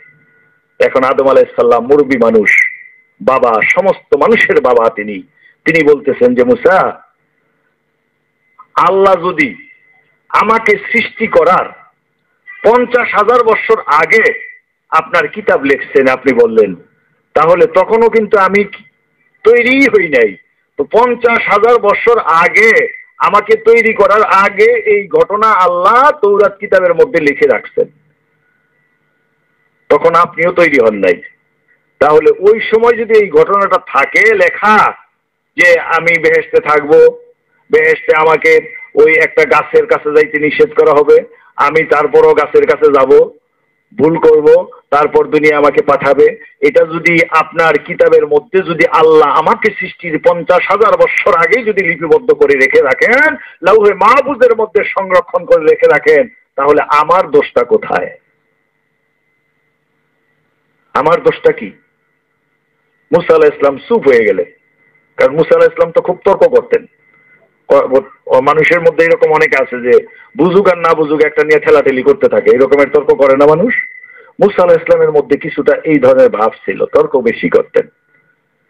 তো মুসা আলাইহিস সালাম একেবারে চুপ হয়ে গেলেন। আল্লাহ রাসূলও চুপ হয়ে গেলেন। আল্লাহ রাসূল আর কিছুই বলেন না। সাহাবীরা অনেকক্ষণ আল্লাহ রাসূলের দিকে তাকায় জিজ্ঞাসা করলেন যে ইয়া রাসূলুল্লাহ, তাহলে এইখানে জয় লাভ করলেন কে? মানে দুইজন তো আলোচনা করছেন, একজন আরেকজনকে দোষারোপ করছেন, তো এখানে জয় লাভ করলেন কে? আল্লাহ রাসূল মুস্কি হেসে দিয়ে বললেন যে মুসা আলাইহিস সালামের উপরে আদম আলাইহিস সালাম জয় লাভ করলেন। এইভাবেই হাদিসের ইবারত লেখা, একটা কথাও বাড়ায় বলি নাই, যে মুসা আলাইহিস সালামের উপরে আদম আলাইহিস সালাম জয় লাভ করলেন। এটার নাম হলো তাকদীর। এটাকে আমি আপনি অস্বীকার করতে পারি? আমরা ছোটকালে মক্তবের মধ্যে একটা কালেমা পড়েছি, ইমানে মুফাসসাল, তার মধ্যে লেখা আছে কি? আমানতু বিল্লাহি, আমি ঈমান এনেছি আল্লাহর উপর, ও মালাইকাতিহি, তার ফেরেশতার উপর, ও কুতুবিহি, তার কিতাবের উপর, ওয়াল ইয়াউমিল আখিরে, এবং শেষ দিনের পরকালের উপরে, ওয়াল কদরে খাইরিহি ওয়া শাররিহি, এবং মানুষের তকদিরের ভালো মন্দের উপরে, ওয়াল বাসে বাদাল মাউত, এবং মানুষ মৃত্যুর উপরে পুনরায় জীবিত হবে, এর উপরে আমি ঈমান আনলাম। তাহলে এখানে সবগুলোর উপরে আমরা পৃথিবীতে আসার আগে ঈমান আনছি। আল্লাহর উপরে, ফেরেশতাদের উপরে, কিতাবের উপরে, নবী রাসূলদের উপরে, মানুষের ভাগ্য তকদিরের ভালো মন্দের উপরে, এবং পরকালের উপরে, এবং মৃত্যুর পরে আবার পুনরায় আমরা জীবিত হবে, এর উপরে আমরা ঈমান আনছি। আপনারা আনেন নাই? কি বলে, নামছেন কি না? তাহলে এত মারামারি ফাটাফাটি করতে যান কেন? ভাইয়েরা আমার, এইগুলো ওই মারামারি ফাটাফাটি কে করায় এটাও কিন্তু আল্লাহ বলে দিয়েছেন। কেমন করে বলে দিয়েছেন? এক মুসলমান আর এক মুসলমানের সাথে দেখা হলে সালাম করবে, সম্মান করবে, কিন্তু এই এক মুসলমান আর এক মুসলমানের মাঝখানে তৃতীয় একটা পক্ষ সব সময় থাকে, যে মানুষদের মধ্যে মারামারি কাটাকাটি লাগাইয়া রাখে, তার থেকে সব সময় তোমরা সাবধান থাকো। আল্লাহ বলে দিয়েছেন এটা হলো আদুব্বুম মুবিন। কে সে? প্রকাশ্য শত্রুটা কে? কে? শয়তান। আপনারা তো ভালোই জানেন। তাহলে শয়তান, আমরা দুইজন মুসলমান, দুই ভাই, দুইজন মহিলা, দুইজন বোন ইসলাম ধর্মে দীক্ষিত হয়েছি, আমাদের মাঝখানে ঝগড়া লাগানোর জন্য, দুইজনের মধ্যে যাতে মারামারি খুনাখুনি পারাপারি হয়, এজন্য মাঝখানে একটা শক্তি সব সময় কাজ করতেছে। তার থেকে আল্লাহ আমাদেরকে আগেই জানাই দিয়েছেন যে তোমরা সতর্ক থাকো। সে কোথায় থাকে? শয়তান থাকে কোথায়? শয়তান কি আমার আপনার বাহিরে থাকে? না, আমার আপনার ভিতরেই থাকে। ভিতরে থেকেই আমাকে আপনাকে ওয়াসওয়াসা দেয়। আমার রাসূল বলছেন, আশ-শায়তানু জাসিমুন আলা কলবি ইবনে আদম। আদম সন্তানের দিলের ভিতরে শয়তান বাস করে। কোন জায়গায়? দিলের ভিতরে। দিলটা কোথায়? এটা কি আমার আপনার দেহের ভিতরে না? দিলের বাংলা অর্থ হল অন্তঃকরণ, ইংরেজিতে বলে হার্ট। হৃদরোগ বিশেষজ্ঞ যারা আমাদের দেশে, যারা ডাক্তার, হৃদরোগ বিশেষজ্ঞ, হার্ট স্পেশালিস্ট যারা, যারা হার্টের চিকিৎসা করে আমাদের দেশে, ডাক্তার তো এমবিবিএস অনেকই, কিন্তু এক একজন এক এক বিষয়ের উপর আবার বিশেষজ্ঞ থাকে। কি বলেন, থাকে না? স্পেশালিস্ট থাকে। সবাই কিন্তু যে হার্টের উপরে বিশেষজ্ঞ, সে অন্যান্য রোগ সম্পর্কে মোটামুটি তার একটা ধারণা আছে, কিন্তু ওই রোগ সম্পর্কে তার বিশেষজ্ঞ বা তার স্পেশালিটি নাই। কেউ কিডনি রোগের উপরে বিশেষজ্ঞ, কেউ গ্যাস্ট্রিক, আলসার এইগুলির উপরে বিশেষজ্ঞ। মহিলারা অধিকাংশ হয়ে থাকে গাইনি বিভাগের উপরে স্পেশালিস্ট বা বিশেষজ্ঞ। এইভাবে এক একজন এক এক ডাক্তার যখন তারা এমবিবিএস পাশ করার পরে, আগে না, আপনারা ডাক্তারদের কাছে জিজ্ঞাসা করে দেখেন, এমবিবিএস পাশ করার পরে বিভিন্ন কোর্স আছে, আলাদা আলাদা এক একটা বিষয় নিয়ে এক একজনে বিশেষজ্ঞ হয়ে থাকেন, স্পেশালিস্ট হয়ে থাকেন। কিন্তু আমাদের দেশে দুর্ভাগ্য হলো যে আমরা টাইটেল পাশ করি। এই দেশে আলেমের মধ্যে, এলেম যারা অর্জন করেন, আলেম হন, তাদের মধ্যে জমাতুল্লাহ, টাইটেল, দাওরা হাদিস, এইগুলো পাশ করার নিয়ম আছে। এইগুলো পাশ করার পরেই আমরা নিজেদেরকে আলেম বলে দাবি করি, মনে করি আমি আলেম হয়ে গেছি। না, এইগুলো পাশ করার পরে আমাদের বুখারী শরীফ যখন খতম হয়, আমাদের যিনি প্রিন্সিপাল ছিলেন, বড় হুজুর ছিলেন, তিনি আমাদেরকে বলছেন যে বাবারা, মাত্র তোমরা এলেমের মধ্যে মাত্র প্রবেশ করলা, এখন এই যে 16 বছর পর্যন্ত পড়লা, আর এই যে 2 বছরে বুখারী শরীফ, মুসলিম শরীফ এইগুলো যে খতম করলা, এই খতমে বুখারীর মধ্যে তিনি বলছেন যে মাত্র তোমরা এলেমের মাত্র এক কোনায় পা দিলা, প্রবেশ করলা। তোমরা আস্তে আস্তে এই এলেমকে বৃদ্ধি করার জন্য তোমরা এইগুলো নিয়ে রিসার্চ করতে হবে। কোরআনের মধ্যে যেই কথাগুলো বলা আছে এইগুলো নিয়ে রিসার্চ করতে হবে। কোরআনের মধ্যে বলা আছে যে ইউসাব্বিহু লিল্লাহি মা ফিস সামাওয়াতি ওয়া মা ফিল আরদ, আসমান জমিনের মধ্যে যা কিছু আছে সবকিছু আল্লাহর জিকির করে। কি করে? এটা কোরআনে বলা আছে, সবকিছু আল্লাহর জিকির করে। এটা কি আমরা শুনি? একজন টাইটেল পাশকে জিজ্ঞাসা করে দেখেন, শুনে কিনা? শোনে না। দেখে কিনা? দেখে না। অনুভব করে কিনা? তাও করে না। তাহলে টাইটেল পাস করছেন মাত্র, এখন আলেম হন নাই। আলেম হইতে হলে এটা বুঝতে হবে। রাস্তা দিয়ে যাচ্ছি, কবরের আযাব হচ্ছে কি হয় নাই এটা দেখা যায়, এই চর্ম চোখ দিয়ে দেখা যায় না, তাহলে এটা দেখার মতো যোগ্যতা আমার নাই, আলেম না। নামাজে দাঁড়াইছি, সূরা কেরাত পড়তেছি মুখে, আর মনে মনে বাড়ি ঘর, ছেলে মেয়ে, স্ত্রী পুত্র, ধন সম্পদ, ব্যবসা বাণিজ্য, চাকরি বাকরি চিন্তা করতেছি না, আলেম তো দূরের কথা, এখন পর্যন্ত ইমানদারও হই নাই, নামাজিও হই নাই। সাফাবাজি করতে পারবো? এইগুলি ওলি আল্লাহদের গুণ, এইগুলি আল্লাহর ওলিদের গুণ। ছোট্ট একটা ঘটনা বলি। ইমাম হযরত জালালউদ্দিন রুমি রাহমাতুল্লাহ আলাইহি, তিনি মাদ্রাসায় ছাত্রদেরকে কিতাব পড়াইতেছেন। রাস্তা দিয়ে একজন পথিক যাচ্ছেন, অনেকক্ষণ তিনি সেখানে দাঁড়ায় আর শুনলেন যে হুজুর কিতাব পড়াইতেছেন, ছাত্রদেরকে মনোযোগ দিয়ে শুনলেন। শোনার পরে জিজ্ঞাসা করলেন যে হুজুর আপনি যে কিতাব পড়াইলেন এতক্ষণ শুনলাম, আপনার এই কিতাব পড়ে কি আল্লাহকে দেখা যায়, আল্লাহ রাসূলকে দেখা যায়? ওই হুজুর খেপে গেলেন, তুমি কি পাগল নাকি? আল্লাহকে আবার দেখা যাবে কিভাবে, রাসূলকে আবার দেখা যাবে কিভাবে? রাসূল তো সেই কত বছর আগে মারা গেছে। আমাদের দেশে অনেকের ধারণা এটা আছে যে রাসূল তো 1400 বছর আগে মারা গেছে, ওনার কিছুই নাই, সব শেষ হয়ে গেছে। এমন আহাম্মক কি দুনিয়ার জগতে কেউ হয়? কোন আলেম তো এই কথা বলতে পারে না। কারণ রাসূল মরবে তো দূরের কথা, বেটা তোর 14 গোষ্ঠীও তো মরে নাই, কেউ তো মরে না, কোন মানুষ তো মরে না। রাসূল মরবে কিভাবে? জীবজন্তু মরে, পশু পাখি মরে, কিন্তু কোন মানুষ তো মরে না। তো মানুষের মধ্যে যিনি সর্বশ্রেষ্ঠ মানুষ, তিনি মারেন কিভাবে? তিনি এই দেহ থেকে আরেকটা রূপ ধারণ করেছেন, আরেকটা দেহ গ্রহণ করেছেন। যেমন আমরা মানুষেরা করি, আমরা যারা মারা যায়, আমাদের মা বাবা মুরব্বীদের কবর আপনারা দেখছেন? কবর দেখছেন? মুরব্বীদের কবর দেখছেন? ওইখানে কি মানুষ থাকে? কিছু কিছু মিশা কথা আমাদের দেশে গজল আকারে গায়, এমন দেশে থাকবি রে মন যেই ঘরে নাই বাতি, এমন ঘরে থাকবি রে মন যেই ঘরে নাই সাথী, এমন ঘরে থাকবি রে মন যেই ঘরে নাই বিছানা।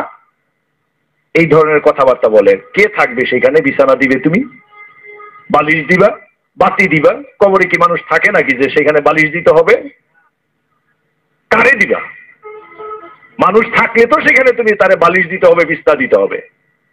এইগুলো আবেগের কথা, বাচ্চাদের, ছোট ছোট নাবালক বাচ্চাদের কথা। আমাদের দেশে এখনো, এই জন্যই বলছিলাম যে আলেম আমরা হই না, এখনো শিশু বাচ্চার মতোই আছে। বুঝি না যে এক জায়গায় শুনলাম একজন মোনাজাত দিচ্ছেন, আল্লাহ কবরের মধ্যে হাজার হাজার মাটির নিচে কেমনে থাকবো অন্ধকার ঘরের মধ্যে, নাউজুবিল্লাহ। ওই মাটির নিচে, ওই কবরের গর্তের ভিতরে কি তুমি থাকবা? সেখানে কি তোমারে আল্লাহ রাখবে? মাটির নিচে? আপনারা দেখেন তো একটু পরীক্ষা করে, এগুলি গাঁজাখড়ি কথাবার্তা, এগুলি কি সত্য নাকি? একটা কবর, পুরনো কবর যায় দেখেন, ভেঙে গেছে, বাঁশ খুঁটি যা আমরা দেই ভেঙে গেছে, ভেঙে যাওয়ার পরে দেখা যায় মাটি টাটি গুলি ভেঙে গেছে। আপনারা একটু কষ্ট করে দেখেন তো এই জায়গার মধ্যে কোনো মানুষ শোয়া আছে কিনা, এই জায়গার মধ্যে বাতি দেওয়ার দরকার আছে কিনা, এই জায়গার মধ্যে বিছনা দেওয়ার দরকার আছে কিনা? এখানে কি মানুষ থাকে? তাহলে বাতি কিসের? যদি আপনি এই দেহটা নিয়ে সেখানে থাকতেন, তাহলে দেহটা একটু মাটির সাথে লাইগা থাকলে ঘাড়ে ব্যথা হয়ে যাবে, এই জন্য একটা বালিশের দরকার। তা আপনার তো দেহটাই নাই, তাহলে বালিশ দিব কোন জায়গায়? এইখানে একটা মানুষ অন্ধকার, মানুষটা যদি জীবিত থাকে তাইলে সে আলোর দরকার আছে, কি বলেন ঠিক না? সে তো দেখেই না কিছু, তাইলে তার আলোর দরকারটা কি? সে মানুষ না, তার সাথী কথা বলতে পারে না, তার একজন সাথীর দরকারটা কি? এখানে কি থাকে একটু দেখেন। আমি যেটা বলছি কথাটা যদি কারো কারো কাছে হয়তো একটু নতুন মনে হইতে পারে, কিন্তু এটা একটু বাস্তবে লক্ষ্য করে দেখেন। আমি এটা নিয়ে অনেক বছর যাবত রিসার্চ করে দেখতেছি, এখন আমি এটার কোনো সুরাহা করতে পারি না। আপনারা একটু পারেন কিনা একটু দেখেন তো। আমি মক্কা শরীফে যাই, আমার ভিতরে খালি এইটাই যে দেখি তো মক্কা শরীফে কিভাবে কবর দেয়, মদিনা শরীফে কিভাবে কবর দেয়। যাইয়া দেখলাম জান্নাতুল মুআল্লা, জান্নাতুল মাওয়া, জান্নাতুল বাকিতে দেখলাম ড্রেন করা, পাকা ড্রেন, লম্বা ড্রেন, পাট পাট করা, রুম রুম করা, উপরে আগলা স্ল্যাব বানায় রাখছে, অসংখ্য কবর আগেই বানায় রাখছে। তো সেখানে যে গোরস্থানের দায়িত্ব আছে তাকে জিজ্ঞাসা করলাম যে বাউন্ডারি তো পাকা বাউন্ডারি দেখা যায়, এই যে হাজার হাজার হাজী সাহেবরা সেখানে মারা যাচ্ছে, তো এইখানে তাদেরকে যে কবর দিচ্ছেন এত জায়গা পান কই? তিনি বললেন যে জায়গা, এত জায়গা লাগে না। কারণ বললো যে এখন থেকে 5 বছর 10 বছর 7 বছর 3 বছর আগে যাদেরকে কবর দেওয়া হয়েছে, ওই কবরগুলোর উপর থেকে ঢাকনা স্ল্যাব দিয়ে, পাকা স্ল্যাব দিয়ে ঢাকনা করে রেখে কিছু বালি দিয়ে রাখছেন চতুর্দিক দিয়া, তার মাটি নাই। যে ওই ঢাকনাগুলি উঠাইয়া যেই লাশটা দেখা যায় যে একবারে শুকাইয়া কঙ্কাল হয়ে গেছে, তার গায়ে কোনো দুর্গন্ধ নাই, কিছু নাই, শুকিয়ে গেছে একদম কঙ্কাল, খালি কিছু হাড্ডি আছে, শরীরে কোনো মাংস নাই, শরীরে কোনো কিছুই নাই, পানি নাই, কোনো পচা গন্ধ নাই, ওই লাশগুলো আমরা এখান থেকে উঠাইয়া দূরে পাহাড়ের আড়ালে কোথাও নিয়ে গর্ত করে রেখে দিয়ে আসি, এইখানে আবার আরেকটা লাশ কবর দিই। আচ্ছা, এই জায়গায় বালিশ দিবে কেন? এই জায়গায় কেন বাতি দিতে হবে? এই জায়গায় কেন আপনার সাথী লাগবে? এটা তো নাই। ঢাকা মেডিকেলে যাই আমি দেখছি যে মর্গের মধ্যে যে লাশগুলো রাখে, শত শত লাশ মেডিসিন দিয়ে, এখন আধুনিক জমানা, এখন আর দুর্গন্ধ নাই, মেডিসিন, তারপরও দুর্গন্ধে টিকা যায় না, মেডিসিন দিয়া, কেমিক্যাল দিয়া এইগুলোকে শুকিয়ে রাখছেন। লাওয়ারিস লাশ শত শত যায় ঢাকা মেডিকেলে। এই লাশগুলো কি করে তারা তারা কেমিক্যাল দিয়া শুকিয়ে রাখে। যারা এমবিবিএস ডাক্তারি পড়ে, যারা ইন্টার্নি ক্লাস করে, তাদের ক্লাসের মধ্যে নিয়ে ওই লাশগুলোর কঙ্কাল, শুকনা কঙ্কাল, ঠনঠনা কঙ্কাল নিয়ে ক্লাসের মধ্যে ঝুলাইয়া রাখে। ঝুলাই রাখার পরে ওই ছাত্রদেরকে দেখায় যে মানুষের ভিতরে কোন জায়গায় কি আছে না আছে, খুঁটিনাটি সব দেখায়। আচ্ছা, দেখানোর পরে ছাত্ররা শিখে যে মানুষের ভিতরে কি আছে, কোন জায়গায় হার্ট থাকে, কোন জায়গায় কিডনি থাকে, কোন জায়গায় লিভার থাকে, কোন জায়গায় মানুষের ঘাড়ের যে রগগুলো এইগুলো কিভাবে থাকে, চোখটা ভিতর থেকে কিভাবে চোখে আলো আসে, মাথার ব্রেনটা কিভাবে কাজ করে, মুখে কিভাবে ভাষা আসে, শব্দটা কেন হয়, এই জিনিসগুলো তারা পুঙ্খানুপুঙ্খানুভাবে রিসার্চ করে দেখেন। আচ্ছা, একটু বলেন তো, যেই লাশটা ঝুলিয়ে রাখছে এই লোকটার কবরটা কোন জায়গায় হবে? কিন্তু কবর তো সত্য, কবর তো অস্বীকার করি না। কবরের মধ্যে দুইটা অবস্থা হবে, হয় জান্নাতের সাথে তার কবরের কানেকশন লাগবে, না হয় জাহান্নামের সাথে তার কবরের কানেকশন লাগবে। কিন্তু এই লোকটারে যে ঝুলিয়ে রাখছে তার কবরটা কি জান্নাতের সাথে না জাহান্নামের সাথে, কোন জায়গায়? কবরের মধ্যে মুনকির নাকির ফেরেশতা আসবে, প্রশ্ন করবে মান রাব্বুকা মা দীনুকা মান নবিয়ুকা মান হাজা রাজুল, এইভাবে তাকে আরবিতে প্রশ্ন করতে থাকবে। তারে প্রশ্ন করবে কোন জায়গায়? তারে তো ঝুলিয়ে রাখছে, প্রশ্ন করবে কোথায়? আমরা ছোটকালে মক্তবে শুনছি এইভাবে হুজুররা বলতেন যে মানুষ যখন কবরে রাখা হয়, মুসল্লিরা 40 কদম দূরে যখন চলে যায় দোয়া খায়ের শেষ করে, তখন সেখানে ফেরেশতা আসে, এসে তার রুহটাকে তার ভিতরে দেয়, দেহের ভিতরে দেয়, দেওয়ার পরে লোকটা জীবিত হয়, জীবিত হইয়া কবরের মধ্যে বসে বসে তারপর ফেরেশতারা তাকে প্রশ্ন করে মান রাব্বুকা ওমা দীনুকা মান নবিয়ুকা মান হাজা রাজুল, এইভাবে তাকে আরবিতে প্রশ্ন করতে থাকে। কথাগুলো সত্য, কিন্তু এক জায়গায় একটু ভুল আছে, ধারণাটা ভুল। কি? যে এই লাশের ভিতরে আর রুহু দেওয়া হয় না, জীবিত সে ঠিকই হয়, মানুষকে প্রশ্ন করে সত্য, কবরটাও সত্য, এই কথাগুলো সত্য, কিন্তু ওই ধারণাটা ভুল। এটা হলো ধারণার কথা, এটা হলো হুজুরের ধারণা যে ওই দেহের ভিতরে রুহু দিলে মানুষটা জীবিত হয়ে যায়। আর মিয়া এইটা একটু চিন্তা করে দেখেন যে দেহই তো নাই। স্বাধীনতা যুদ্ধের সময় বুড়িগঙ্গা নদীতে, শীতললক্ষা নদী আমাদের বাড়ির পাশে নারায়ণগঞ্জে, দেখেছি কত লাশ নদীতে ভেসে যাচ্ছে, শকুনে ঠোকরায় ঠোকরায় খাইতেছে, কাকে ঠুকরে ঠুকরে খাচ্ছে। নদীর পারে লাশ বাটার সময় পড়ে রয়েছে, দুর্গন্ধে মানুষ যেতে পারত না। এই হানাদার বাহিনীরা এই দেশের নিরীহ ধর্মপ্রাণ মুসলমানদেরকে, সরল মানুষদেরকে নির্বিচারে তারা এইভাবে শেষ করে দিচ্ছে। লাশগুলো কুকুরে টেনে টেনে খাচ্ছে, শকুনে ঠুকরে ঠুকরে খাচ্ছে। তাহলে এই দেহের ভিতরে যদি রুহু দিয়ে থাকে, এটা যদি নাড়াচাড়া করে, তাহলে সেখানে কি কুকুর যাবে? এই দেহটা যদি নাড়াচাড়া করে, তাহলে শকুনে কাকে খাইতে যাবে? এটা তো নাড়াচাড়াই করেন, এর ভিতরে তো রুহুই নাই। তাইলে রুহুটা কোথায়? তার এই মানুষের রুহুটা গেল কোথায়? ভাইয়ের আমার, বলা আছে হাদিস শরীফে, সহিহ হাদিস, যে ফেরেশতারা কবরের মধ্যে গুর্জ মারবে, আঘাত করবে, 99 প্রকারের সর্প আসবে, দংশন করবে।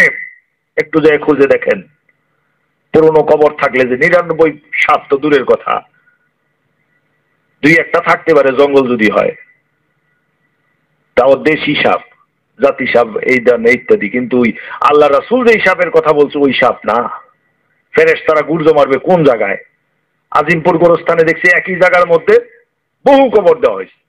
তাহলে গুর্জ মারলে হাদিস শরীফে আছে একবার এমন জোরে মারবে যে 70 হাত নিচে চলে যাবে। তাহলে একই জায়গার মধ্যে একটা কবর দিছে, তারপরে সেখানে আরেকটা দিছে, আরেকটা দিছে, তো একটারে যদি মারে তাহলে আরেকটার গায়ে যায় লাগবে না? এক জায়গায় আমাকে এক পণ্ডিত লিখিত দিছিল যে হুজুর, কবর যে আপনি খুঁজে পান নাই, কবর হইল যদি কোনো লোককে বাঘে খেয়ে ফেলে তাহলে বাঘের পেটেই তার কবর হবে। কত বড় জ্ঞানী লোকের কথা! বাঘের পেটে যদি কবর হয়, আমি জিজ্ঞাসা করলাম তাহলে ফেরেশতারা যদি গুর্জো মারে, মারামারি করতে থাকে, তাহলে বাঘ কি জঙ্গলে থাকবো? ওই যে এটা নদীতে ভাইসা গেছে, কুমিরে খাইছে, কুমিরের পেটেই তার কবর।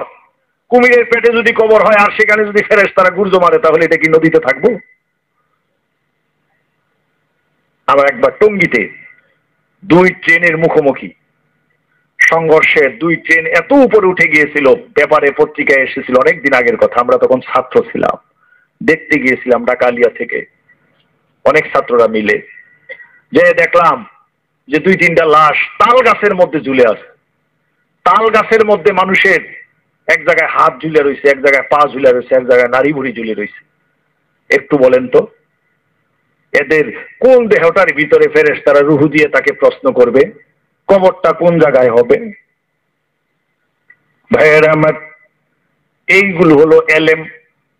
এইগুলো যারা জানে তারা হলো আলেম, আর এইগুলো যারা জানে না তারা হয়তো মাদ্রাসায় পাশ করছে, টাইটেল পাশ করছে, মুফতি হয়েছে, মুফাসসির হয়েছে, মুহাদ্দিস হয়েছে, মুআদ্দিব হয়েছে, ফকিহ হয়েছে, কিন্তু তারা এখনো প্রকৃতপক্ষে আলেম হয় নাই। যেই আলেম হইলে শুধু চর্মচোখটা থাকে না, তিলের চোখ দিয়া দেখা যায়।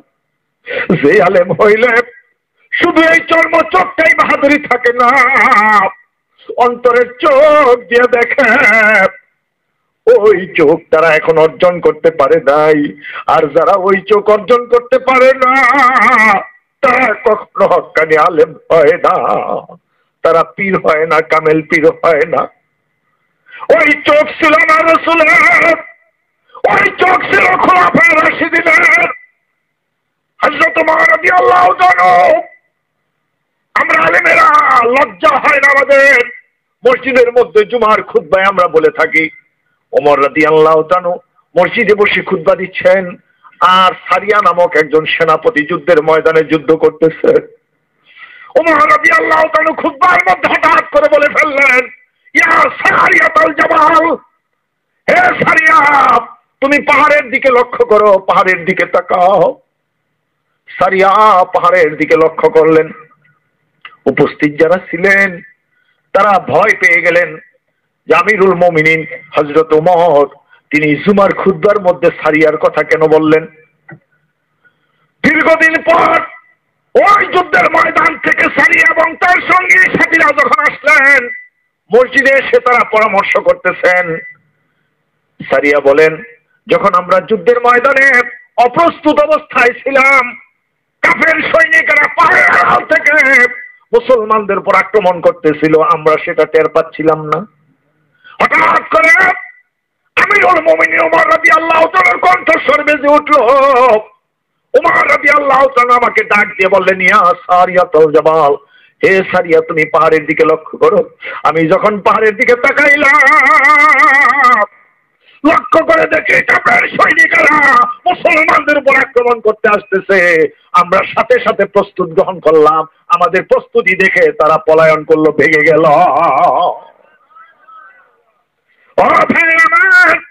মুসল্লি মসজিদে যারা ছিল তাদের ভুল ভাঙছে। হাইরে, ওমর রাদিয়াল্লাহু তাআলা সেদিন কেন এই কথাটা বলছিলেন অপ্রাসঙ্গিক ভাবে? তখন আসুন একটু চিন্তা করে দেখি, তিনি তো মসজিদে খুতবা দিতেছেন, তিনি সেই শত শত মাইল দূরে যুদ্ধের ময়দানে কাফেরেরা মুসলমানদের উপর পাহাড়ের আড়াল থেকে আক্রমণ করতেছে। এটা কেমন করে দেখলেন? কোন চোখ দিয়ে দেখছেন? আমরা তো এই যে পর্দার আড়ালে ওই পাশে কি আছে তাই তো দেখি না। কি বলেন? দেখি, সামনে কিছুটা দেখি, পিছনে কি আছে তা তো একেবারেই দেখি না। কি বলেন? দেখি, দেখি না। ও ভাইয়ের আমার, তাহলে ওমর রাদিয়াল্লাহু তাআলা তো ইমাম, তিনি তো আলেম, তিনি মসজিদে বসে ওই যুদ্ধের ময়দানে ডিরেকশন দিচ্ছেন। কিভাবে দিলেন? কোন চোখটা দেখলেন? এটাই বলতেছিলাম, যেই চোখটা তিনি দেখছেন আর ওই সারিয়া যেই কান দিয়া শুনছেন, এই চোখ এই কান যাদের থাকে তারা হয় আলেম, তারা হয় কামেল পীর। এই চোখ আল্লাহর ওলিদের থাকে, এই চোখ দিয়া দেখা যায় মানুষ কবরের মধ্যে কোন জায়গায় থাকে। এই চোখ যাদের আছে তারা যখন রাস্তা দিয়ে যায় দেখতে পায় কবরবাসীর কি হাল, কোন জায়গায় তার কবর, কোন জায়গায় সে আছে। মূলে মানুষের এই যে দেহ, আপনি আমাকে দেখতেছেন, আমি আপনাকে দেখতেছি, এটাই কিন্তু মানুষ না, এটা হলো মানুষের একটা দেহ মাত্র। এটা কি দেহ? এটা বাহন। যখন কেউ মারা যায়, কে মারা গেছে? এমপি সাহেব মারা গেছে, চেয়ারম্যান সাহেব মারা গেছে, ওই আব্দুর রহমান মারা গেছে, তাদের লাশগুলো আমরা সামনে নিয়ে জানাজা পড়ি। লাশটা কার? এমপি সাহেবের। এটা কিন্তু এমপি সাহেব না। লাশটা কার? চেয়ারম্যান সাহেবের। এটা কিন্তু চেয়ারম্যান সাহেব না, এটা তার লাশ। এই লাশটা কার? আব্দুর রহমানের, মরহুম আব্দুর রহমানের। এটা কিন্তু আব্দুর রহমান না, এটা তার লাশ। তাহলে আব্দুর রহমান গেল কই? এই দেহের ভিতরে কিছুদিন ছিল, এটার ভিতর থেকে বের হয়ে গেছে। চেয়ারম্যান সাহেব এই দেহের ভিতরে কিছুদিন ছিল, বের হয়ে গেছে। এমপি সাহেব এই দেহটার ভিতরে কিছুদিন ছিল, এটা থেকে বের হয়ে গেছে। এমপি সাহেব গেলে কই? কোন জায়গায় গেল? চেয়ারম্যান সাহেব কোন জায়গায় গেল? ওই আব্দুর রহমান কোন জায়গায় গেল? এই জায়গায় নাই। আমরা এই লাশটাকে কবরস্থ করে আসি। ভাইয়েরা আমার, মা বোনেরা আমার, একটু চিন্তা করে দেখেন তাহলে, এই দেহের ভিতর থেকে মানুষটা বের হয়ে যায়, ওই মানুষটা কোথায় যায়? আমরা তো ইমানে মুফাসসাল একটু আগে কালেমা পড়ছি, আমরা বিশ্বাস করি, পরকাল বিশ্বাস করি। কি বলেন, করি না? আমাদের দেশে অনেক হিন্দু লোকেরা আছে যারা এই দেহটাকে পোড়ায়া দেয়, ঠিক না? পোড়ায় না, তারা চিতাকলাই নিয়ে পোড়ায় দেয়। তাহলে তাদের কবর কোন জায়গায় হবে? কোন জায়গায় তাদের ফেরেশতারা প্রশ্ন করবে? দেখেন, গির্জায় গির্জায়, মন্দিরে মন্দিরে লেখা থাকে, হরে কৃষ্ণ হরে কৃষ্ণ, কৃষ্ণ কৃষ্ণ হরে হরে, হরে রাম রাম রাম হরে হরে, জপ কৃষ্ণ ভজ কৃষ্ণ, লও কৃষ্ণের নাম রে, যেই জন জপে কৃষ্ণ নাম সেই জন কৃষ্ণের প্রাণ রে। হরে কৃষ্ণ কৃষ্ণ কৃষ্ণ হরে হরে, হরে রাম রাম রাম হরে হরে। তাদের বিশ্বাস হলো যে তুমি যদি এই নামগুলো তোমার চিত্তের ভিতরে জপতে পারো, ভগবান শ্রীকৃষ্ণ হলে একটা মহাশক্তি, একটা পাওয়ার, তার সাথে তোমার সাথে মিশে যাবে, তুমি মৃত্যুর পরে স্বর্গবাসী হয়ে যাবা। আর যদি তোমার চিত্তের সাথে ভগবান শ্রীকৃষ্ণের সাথে মিশতে না পারো, তুমি নরকবাসী হয়ে যাবা। তোমার এই দেহটা দুনিয়ার জড় বস্তু, দুনিয়ার জীব বস্তু, এটা এই দেহটা থাকবে না, যার কারণে তাদের ধর্ম মতে এটাকে পোড়াইয়া দেয়। ভাইয়েরা আমার, কিন্তু আমাদের ধর্ম তো এই শিক্ষা দেয় না। আমাদের ধর্ম শিক্ষা দেয় কি? এই দেহটাকে তোমরা সুন্দর করে আদবের সাথে গোসল দিয়া জানাজা পরে তাকে সুন্দরভাবে কবরস্থ করো, কারণ এটা সম্মানী আখিরি জামানার উম্মত নবী মুহাম্মদুর রাসূলুল্লাহর উম্মত। কার উম্মত? নবী মুহাম্মদুর রাসূলুল্লাহ সাল্লাল্লাহু আলাইহি ওয়াসাল্লামের উম্মত হলেন এই ব্যক্তি। এই সম্মানের খাতিরে এই দেহটা পোড়ায় না। শুধু তাই না, এই দেহটা পোড়ায় না, কারণ হলো যে আদি পিতা আদম আলাইহিস সালাম থেকে শুরু করে ইসলাম ধর্ম শুরু হয়েছে, সেই থেকে প্রত্যেকটা মানুষের মধ্যে একটা জিনিস আছে, সেই জিনিসটা হলো, সেই শক্তিটা হলো নূরে মুহাম্মদী সাল্লাল্লাহু আলাইহি ওয়াসাল্লাম। যার মধ্যে নূরে মুহাম্মদী আছে, তা যারা বিশ্বাস করে তারা কবরে দেয়, তারা মানুষকে পোড়ায় না, জ্বালায় না, এটাকে মানুষটাকে সম্মান করে। ও ভাইয়ের আমার, রাত্র বেশি হয়ে যাচ্ছে, আমি বিস্তারিত আলোচনায় যাব না। এই যে আমরা মানুষ, আপনি আমাকে দেখতেছেন, আমি আপনাকে দেখতেছি, এটা কিন্তু আসলে মানুষ না, এটা হলো মানুষের দেহ। মানুষটা কিরকম? মানুষটার আকৃতি আছে, মানুষটার সুরত আছে, মানুষের চেহারা আছে। কেমন সুরত, কেমন চেহারা, ওই মানুষটা কেমন? সহিহ বুখারী শরীফের মধ্যে তার বর্ণনা আসছে যে মানুষের এই যে সুরত, এটা মাত্র একটা, এটা ছাড়া আরো মানুষের আত্মার 5টা সুরত আছে। জোরে বলেন, কয়টা? সেটা কেমন? এজন্য আলী রাদিয়াল্লাহু তাআলা বলছেন, আলী রাদিয়াল্লাহু তাআলা হলেন উম্মতে মুহাম্মদের মধ্যে আলেম, প্রসিদ্ধ আলেম। আল্লাহ রাসূল বলছেন, আনা মাদিনাতুল ইলম, আমি হলাম ইলমের শহর, ও আলী ও বাবুহা, আর আলী রাদিয়াল্লাহু তাআলা হলেন তার বাপ, অর্থাৎ তার দরজা। সেই আলী রাদিয়াল্লাহু তাআলা বলেন, মান আরাফা নাফসাহু ফাকাদ আরাফা রাব্বাহু, যে ব্যক্তি তার নিজের নফসের পরিচয় চিনতে পেরেছে, নিজেকে চিনতে পেরেছে, সেই তার প্রভুকে চিনতে পেরেছে। আমরা তো নিজেকেই চিনি না, নিজের আত্মার পরিচয় আমাদের মধ্যে নাই। একটা ছোট্ট ঘটনা বলি, আপনাদের খুব অসুবিধা লাগতেছে? ছোট্ট ঘটনা। আমার মোর্শেদ চন্দ্রপুরীকে দেখার জন্য কত মানুষ আসে, দৈনিকই শত শত মানুষ আসে দেখার জন্য হুজুরকে। অনেকগুলো লোক আসলেন, তাদের মধ্যে একটা লোক হঠাৎ করে লক্ষ্য করলেন আমাদের দরবার শরীফে অনেকগুলো পাগল আছে। কেমন পাগল? তাদেরকে অনেক সময় আগে যখন আমরা এখন কমে গেছে, এখন তাদেরকে আলাদা করে রাখা হয়, মানুষের সামনে আনা হয় না। কিরকম পাগল? এদেরকে শিকল দিয়ে বেঁধে রাখে, গাছের লোকে বাইধে রাখে। কারণ হলো এদের কার্যকলাপ দেখলে মানুষ বেকায়দায় পড়ে যায়। মানুষদেরকে পিটাইতে থাকে। কির জন্য পিটায়? যে এই মিয়া, তুমি আসছো আল্লাহর ওলির দরবারে, তুমি এইখানে এসে বাড়ির চিন্তা করো, কে আল্লাহ আল্লাহ করতে পারো না? আপনি যে আল্লাহ আল্লাহ করতেছেন না, আপনার ভিতরে যে আল্লাহ জিকির করতেছেন না, এইটাই পাগল বুঝে। আপনি যে বাড়ি ঘরের চিন্তা করতেছেন, এই পাগল এটা টের পাইতেছে। আপনি কি পাপের কাজ করছেন, কি খাসলত আপনার বদ খাসলত, কোন কোন আকাম করছেন, আপনি কোনটা ভালো কাম করছেন, ওই পাগল এটা বুঝে। তো যেটাই খারাপ কাজ করে তাদেরকে ধমক দেয়, মারে, পিটায়। আমার মোর্শেদ তাদেরকে শিকল দিয়ে বেঁধে রাখেন। তাহলে পাগলটা কেমন? এই শ্রেণীর একজন পাগল। অনেক লোক আসছে, দূর থেকে দৌড়ে আসলেন, এসে পাশে একটা গাছ, নিচু গাছ, গাছ থেকে একটা ডাল ভেঙে অনেকগুলো লোক আমার মোর্শেদকে দেখার জন্য দাঁড়ায় রয়েছেন। আমার মোর্শেদ আসতেছেন, ওই পাগলটা দৌড়ে এসে এতগুলো মানুষের মধ্য থেকে একটা লোকের মাথায় টুপি ছিল, ওই টুপিটা ওই গাছের ঢাল দিয়ে খোসা দিয়ে ফেলে দিয়ে বলতেছেন, এই মিয়া, বান্দরের মাথায় টুপি দিয়ে রাখছেন কে? বান্দরের মাথায় টুপি কেন? ওই লোকটা এই কথা শুনে আশ্চর্য হলেন, ভয় পেলেন এবং খুব লজ্জা পাইলেন। আমার মোর্শেদ একটু দূরে ছিলেন, তাকে ধমক দিয়ে, এই পাগল থামো, তুমি কাকে কি বলতেছো? এই লোকটা একটা সম্মানী লোক, একটা শিক্ষিত লোক, ভদ্রলোক, তাকে তুমি এই ধরনের কথা বলতেছো? পাগল আমার মোর্শেদের ধমক খেয়ে এত জোরে দৌড় দিলেন, কোথায় যে গেলেন, আশেপাশে আর তাকে খুঁজে পাওয়া যায় নাই। ওই লোকটা আমার মোর্শেদ যখন আসলেন, কাছে গেলেন, বললেন, হুজুর গো, এতগুলো মানুষের সামনে লোকটাকে দেখেই বোঝা যায় যে লোকটা পাগল, স্বাভাবিক না। হুজুর গো, এতগুলো মানুষের সামনে আপনার দরবারে একজন পাগল আমাকে এইভাবে বেইজ্জতি করলো। কত মানুষের মাথায় তো টুপি আছে, কাউকে এই কথা বললো না, আমাকে কেন এই কথাটা বললো? হুজুর, পাগলে পাগলের কথা বলছে, এই জন্য আমি মনে কিছু করি নাই। আমি লজ্জা পাইছি, এটা যেমন সত্য, আমি আশ্চর্য হয়েছি, এটাও সত্য, ভয় পাইছি, এটাও সত্য। কিন্তু হুজুর, আমার মনের ভিতরে একটা প্রশ্ন, যে এতগুলো মানুষের মধ্য থেকে আর কাউকে এই কথাটা বললো না, আমাকে কেন এই কথাটা বললো, তার কারণটা কি হুজুর জানতে চাই। আমার মোর্শেদ বললেন, দেখেন, কোন জায়গায় কোন কথা বললেন, সব জায়গায় সব কথা বলা যায় না। এই কথা বলে আমার মোর্শেদ সেখান থেকে আরেক দিকে রওনা করছেন, হাঁটতেছেন। অনেক লোক পিছু পিছু যাচ্ছে। যখন আস্তে আস্তে লোকের কথাবার্তা শেষ, তারা পিছনে চলে গেছে।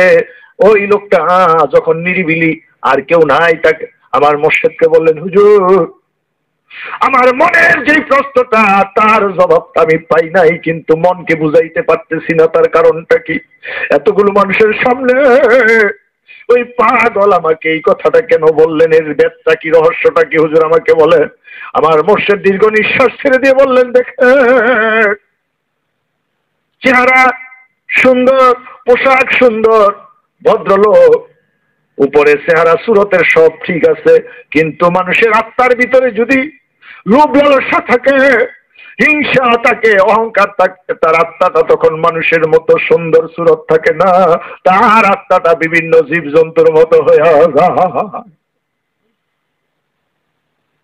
দেখেন, এই কথা যখন আমার মোর্শেদ বললেন, ওই লোকটা হু হু করে কেঁদে উঠলেন, দুই চোখের পানি ছেড়ে দিলেন, আর বলতেছেন, হুজুর গো, আমি বাড়ি থেকে নিয়ত করে আসছিলাম আপনাকে দেখব, যদি ভালো লাগে আপনার তরিকে নিব। হুজুর, আমার আর দেখার কিছু নাই। পাগল যেই কথা বলছে আমার মনে বুঝে এসে গেছে, আমার মনে আর কোনো খটকা নাই। আপনি আমাকে মানুষ করে দেন, আমি যাতে সত্যিকারের মানুষ হতে পারি তার জন্য আপনি ব্যবস্থা দেন। আমার মুর্শিদ তাকে নামাজের কায়দায় বসাইয়া তাকে লতিফা কালবে আল্লাহ নামের জিকির দিলেন, আল্লাহ নামের জিকিরের সবক দিলেন। ওই লোকটা দেখা গেল মাটিতে পড়ে গড়াগড়ি খায় আর কান্দে। এর আমার ওই লোকটা শিক্ষিত ছিল, জ্ঞানী লোক ছিল, সে বুঝতে পারছে যে আসলে রহস্যটা কি, পাগল কি কথাটা বলছে। ও ভাই আমার, তাই বলতেছিলাম মানুষের একটা সুরত না, এই মানুষের প্রত্যেকটা মানুষের 6টা সুরত। কি কি সুরত গুলোর নাম সহিহ বুখারীতে আসছে এইভাবে: সুরতে জাহিরি, সুরতে বাতিনি, সুরতে রুহানি, সুরতে ইনসানি, সুরতে মেসালি, সুরতে আসলি বা হাকিকি। এই 6টা সুরত প্রত্যেকটা মানুষের, মানুষ যখন ইন্তেকাল করে এই একটা সুরত তার নষ্ট হয়ে যায়, আরো বাকি 5টা সুরত থেকে যায়। শুধুমাত্র নবী রাসূল যারা, সিদ্দিকীন, শুহাদা যারা, এদের লাশগুলো পচে না, গলে না, মাটিতে খায় না, এদের সম্মানার্থে আল্লাহ তাদেরকে অক্ষত অবস্থায় রাখা। দেখেন, একটু বাস্তব চিন্তা করে, অনেক মুরব্বীরা এখানে আছেন যে মানুষ যখন মারা যায় তার ভিতরে আর বাতাস আসা যাওয়া করে না। কি বলেন, আসা যাওয়া করে নাই? যখন মানুষটা মারা যায় কিছু সময় পর তার শরীরটা একদম ঠান্ডা হয়ে যায়, অর্থাৎ শরীরে কোনো তাপমাত্রা থাকে না, আগুনের অংশ থাকে না। কি বলেন, ঠিক না? যখন মানুষটাকে কবরস্থ করা হয় থাকে মাটি আর পানির অংশ। ওই মাটি আর পানির অংশটা কি হয়, আস্তে আস্তে শরীরটা ফুলে যায়, পচে যায়, গলে যায়, গলে গিয়ে ভিতর থেকে একটা রস বের হয়ে যায়। এটা সূর্যের তাপ যখন পরে বাষ্প হয়ে উপরে উঠে যায়, থাকে মাটির অংশ। ওই মাটির অংশটা আস্তে আস্তে মাটির সাথে মিশে যায়। পুরনো কবর যদি খোঁড়েন দেখবেন সেখানে কিছু হাড্ডি, মাথার খুলি, এইগুলো কঠিন জাতীয় পদার্থ, এইগুলো মিশতে পচতে বহু সময় লাগে। আর বাকি অংশটুকু পচে গলে মাটির সাথে মিশে যায়। নবী রাসূল, সিদ্দিকীন, শুহাদা, তাদের লাশ ছাড়া আর সমস্ত জীব, সমস্ত মানুষের লাশগুলো এইভাবে আগুন, পানি, মাটি, বাতাসের সাথে মিশে যায়। তাহলে কবরে থাকে কে, কোন জায়গায় কবর, তা আমরা দেখি না বা জানি না। এই জন্য আমার রাসূল বলছেন, লিকুল্লি শাইইন যাহির ওয়াল বাতিন ওয়ালিল কুরআনে আইযান জাহির ওয়াল বাতিন। প্রত্যেকটা জিনিসেরই জাহির এবং বাতিন আছে, এমনকি পবিত্র কোরআনে পাকেরও জাহির এবং বাতিন আছে। জাহির হলো যেটা চর্ম চোখে দেখা যায়, আর বাতিন হলো যেটা দিলের চোখ দিয়ে দেখতে হয়। এই মানুষেরও জাহির এবং বাতিন আছে, কবরেরও জাহির এবং বাতিন আছে। যেই মাটির গর্তের মধ্যে মানুষদের লাশটা আমরা রাখি, এটা হলো জাহির। মূলে এইখানে কবর না, এইখানে প্রশ্ন করে না, এইখানে ফেরেশতারা আসে না। ফেরেশতারা আসে ওই কবরে, যেই কবরটা এই চর্ম চোখ দিয়ে দেখা যায় না। আল্লাহুম্মা সাল্লি আলা সাইয়্যিদিনা মুহাম্মাদ। আল্লাহুম্মা সাল্লি আলা সাইয়্যিদিনা মুহাম্মাদ। নাবিয়ানা মাওলানা মুহাম্মাদ, নাবিয়ানা শাফিয়ানা মাওলানা মুহাম্মাদ। আল্লাহুম্মা সাল্লি আলা সাইয়্যিদিনা। আমার দয়াল নবীর ইশকের আগুন আছে রে যার অন্তরে। আমার দয়াল নবীর ইশকের আগুন আছে রে যার অন্তরে। ভয় নাই তাহার এই জগতে, ভয় নাই তাহার কবরে। ভয় নাই তাহার এই জগতে, ভয় নাই তাহার কবরে। আল্লাহুম্মা সাল্লি আলা সাইয়্যিদিনা মুহাম্মাদ। আল্লাহুম্মা সাল্লি আলা সাইয়্যিদিনা মুহাম্মাদ। নাবিয়ানা শাফিয়ানা মাওলানা মুহাম্মাদ। নাবিয়ানা মাওলানা মুহাম্মাদ। আল্লাহুম্মা সাল্লি আলা সাইয়্যিদিনা। أما بعد فأعوذ بالله من الشيطان الرجيم. بسم الله الرحمن الرحيم. يا أيها النبي إنا أرسلناك شاهدا ومبشرا ونذيرا وداعيا إلى الله بإذنه وسراجا منيرا صلى الله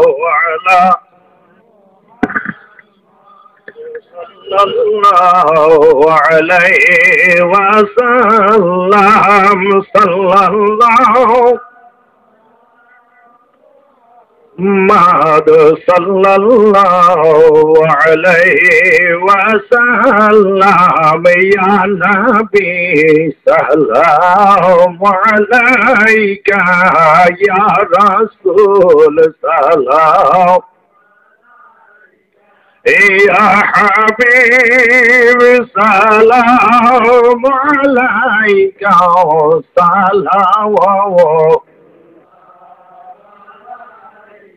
नबी सलाम बारे बार किया से मुदेर देखाবার আমরা তো সবাই গুনাহগার ভরসা শফায়াত আপনার ইয়া নবী সালাম عليك يا رسول سلام عليك يا حبيب يا سلام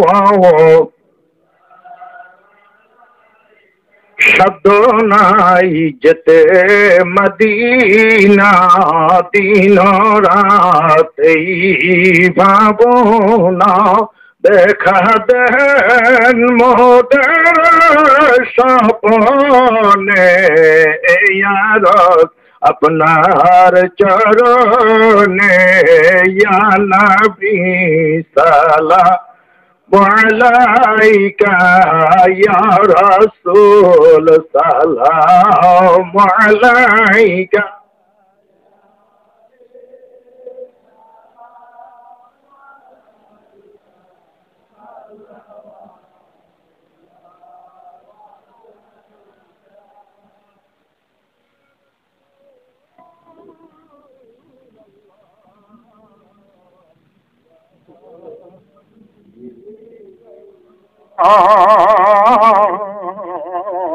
रसन को भूले जाए ना मुर्शिद को फेले दिए ना যখন জান মাওলার দরবারে মোদেরকে রাইখেন শরণে ইয়া নবী সালাম عليك يا رسول سلام عليك يا حبيب يا سلام يا رب سلم وسلم وبارك عليه بلغ العلا بكماله كشف الدجى بجماله حسنت جميع خصاله صلوا عليه وعليه عشق حبیب خدا جس دل میں حاصل نہیں لاکھوں مومن ہو मगर ईमान में कामिल नहीं बलगल उला बिकमालिही कशफत जहाँ बिजमालिही हसनत जमीउ खिसालिही सल्लु अलैहि व आलिही। সম্মানিত হাজিরিন, আমরা কিছুক্ষণের মধ্যেই আজকের এই জলসার শেষ বাকির মোনাজাত করব, তাই আশেপাশে যারা আছেন আপনারা মোনাজাতে শরীক হন। যদি জায়গা থাকে বসে পড়েন, জায়গা থাকলে বসেন, মোনাজাতে শরীক হন। পর্দা আলের মা বোনেরা যারা আছেন আপনারাও মোনাজাতে শরীক হন। আমরা কিছুক্ষণের মধ্যেই দোয়া করব। দোয়া করার আগে আমি আপনাদের খেদমতে আরজ করব, আসুন দুনিয়ার জমিন থেকে আমরা কেউ থাকতে পারবো না, এমন একটা জায়গায় যাব যেই পরিচয় আমাদের নাই, যেই জায়গায় অবস্থান করব তার সম্পর্কে আমাদের জানা নাই। কিন্তু সেখানে আমাদেরকে যেতেই হবে এবং সেইখানে আমরা থাকবো, হয় সুখে থাকবো না হয় কষ্টে থাকবো। এজন্য আল্লাহর ওলিগণ মানুষদেরকে এই শিক্ষাটাই দেন। এইগুলো হলো রুহানি বিদ্যা, এইগুলো হলো আত্মিক বিদ্যা, এইগুলো রুহানি বিদ্যা। এই রুহানি বিদ্যা যিনি শিক্ষা দেন তাকে বলা হয় রুহানি পিতা। এই জন্যই তরিকতের ভাষায় আল্লাহর ওলিদেরকে অনেকে বাবা বলে ডাকেন। আমার মুর্শিদের দরবারে অনেক পাগলেরা বাবা বলে ডাকতেন। সাংবাদিক সম্মেলনে সাংবাদিকরা প্রশ্ন করছেন যে হুজুর, আপনার ভক্ত মুরিদরা আপনাকে বাবা বলে ডাকে কেন? আমার মুর্শিদ বললেন যে এইখানে কিছু পাগল আছে, পাগলরা ডাকে তাই তাদের দেখা দেখি সবাই ডাকে। এটা সত্য যে এইখানে অনেক লোক এই এলাকা থেকে চন্দ্রপাড়ায় গেছেন না? কাউকে কি বলা হয় যে আপনারা তরিকা নিছেন এখন আমাকে বাবা বলে ডাকেন? বলছেন কোনোদিন? কেউ কোনোদিন প্রমাণ করে বলতে পারবে না যে হ্যাঁ আমার মুর্শিদ বলছেন যে আমাকে আপনারা বাবা বলে। পাগলরা ডাকতেন। সেই পাগলগুলো কারা? একটা পাগলের পরিচয় আপনাদের সামনে দিচ্ছি। এইরকম অসংখ্য পাগল আমার মুর্শিদের দরবারে ছিলেন, এখনো আছেন, যারা নামাজের মধ্যে দাঁড়াইলে তারা স্থির থাকতে পারে না, চোখের পানি ফেলে ফেলে কান্দে। সহিহ হাদিস আছে, কেউ যদি নামাজের মধ্যে দাঁড়াইয়া আল্লাহর ভয়ে যদি তার চোখ দিয়ে যদি পানি ঝরে, আল্লাহ দয়া করে ওই নামাজের মধ্যে তার অতীত জীবনের সমস্ত গুনাহগুলি মাফ করে দেন। শুধু তাই নয়, আল্লাহ কোরআনে ঘোষণা করেছেন যাদের দিলের ভিতরে আল্লাহর জিকির থাকবে, ওই জিকির অবস্থায় যদি কেউ মৃত্যুবরণ করে সে বেঈমান হয়ে কবরে যায় না। আল্লাহ বলেন তাকশাইরু মিনহু যুলুদুল্লাযীনা ইয়াখশাউনা রাব্বাহুম সুম্মা তালিনু যুলুদুহুম ওয়া কুলুবুহুম ইলা যিকরিল্লাহ যালিকা হুদাল্লাহ ইয়াহদি বিহি মান ইয়াশা ওয়া মান ইউদ্লিলহু ফামা লাহু মিন হাদিন। আল্লাহ বলেন মুমিন যারা, তারা যখন তাদের দিলের ভিতরে যখন জিকির হতে থাকে, আল্লাহর ভয় তাদের ভিতরে প্রবেশ করে, ওই আল্লাহর ভয়ে তাদের দিলের ভিতরে জিকির হতে থাকে, ওই জিকিরের কারণে তাদের শরীরের চামড়া নরম হয়ে যায়। তাদের শরীরের চামড়া নরম হয়ে শরীরের মধ্যে শিহরণ তৈরি হয়ে যায়, কাঁপতে থাকে। নিজে আল্লাহ বলতেছেন কি হয়? তাদের শরীরের চামড়া নরম হইয়া, দিল নরম হইয়া তাদের ভিতরে শিহরণ আসে, কাঁপতে থাকে তাদের শরীর। আল্লাহ বলেন যালিকা হুদাল্লাহ, আল্লাহ বলেন উহাই হলো আমার হেদায়েতের রাস্তা। ইহাদি বিহি মান ইয়াশা, আমি আল্লাহ যাকে খুশি এইভাবে হেদায়েত করে থাকি। ওমা ইউদ্লিলহু, আমি আল্লাহ যাকে পথ দেখাই না, হেদায়েত করি না, ফামা লাহু মিন হাদিন, ওই সমস্ত লোকদের জন্য কোনো হেদায়েতকারী নসিবে হবে না। আমার মুর্শিদের দরবারে এটা বাস্তব দেখেছি, কোনো গল্প কথা না, রূপকথার কাহিনী না। অনেক জাকের ভাইয়ের, অনেক জাকের বোনেরা, তারা যখন কালবে জিকির খেয়াল করেন, অনেকে নিজেদেরকে স্থির রাখতে পারেন না। এটা নিয়ে অনেকে হাসি ঠাট্টা করে, গল্প গুজব করে, না বুঝে উল্টা পাল্টা মাসলা দিয়ে বসে থাকে। অথচ কোরআনে আল্লাহ জায়গায় জায়গায় এর বর্ণনা দিয়েছেন। আমার রাসূলের সাহাবীদের এই অবস্থা হতো, তাহলে আমার আপনার দিলের ভিতরে যদি জিকির না থাকে, মৃত্যুর সময় ঈমান নিয়ে কবরে যাওয়া যাবে না। স্থির হন, কালবের ভিতরে দিলের ভিতরে আল্লাহ নামের জিকির জারি করাইতে হবে। এটা কামেল মোকাম্মেল ওলির একটা রুহানি শিক্ষা, এটা বাহ্যিক শিক্ষা না। যত দোয়া কালাম আমি আপনি মুখে পড়ি, একটু পড়া দেখেন, বিশ্বাস না হয় কোরআন মুখস্থ করেন, তারপরও দিলের ভিতরে জিকির হবে না যতক্ষণ পর্যন্ত না আল্লাহর ওলিদের সোহবত লাভ না করবেন।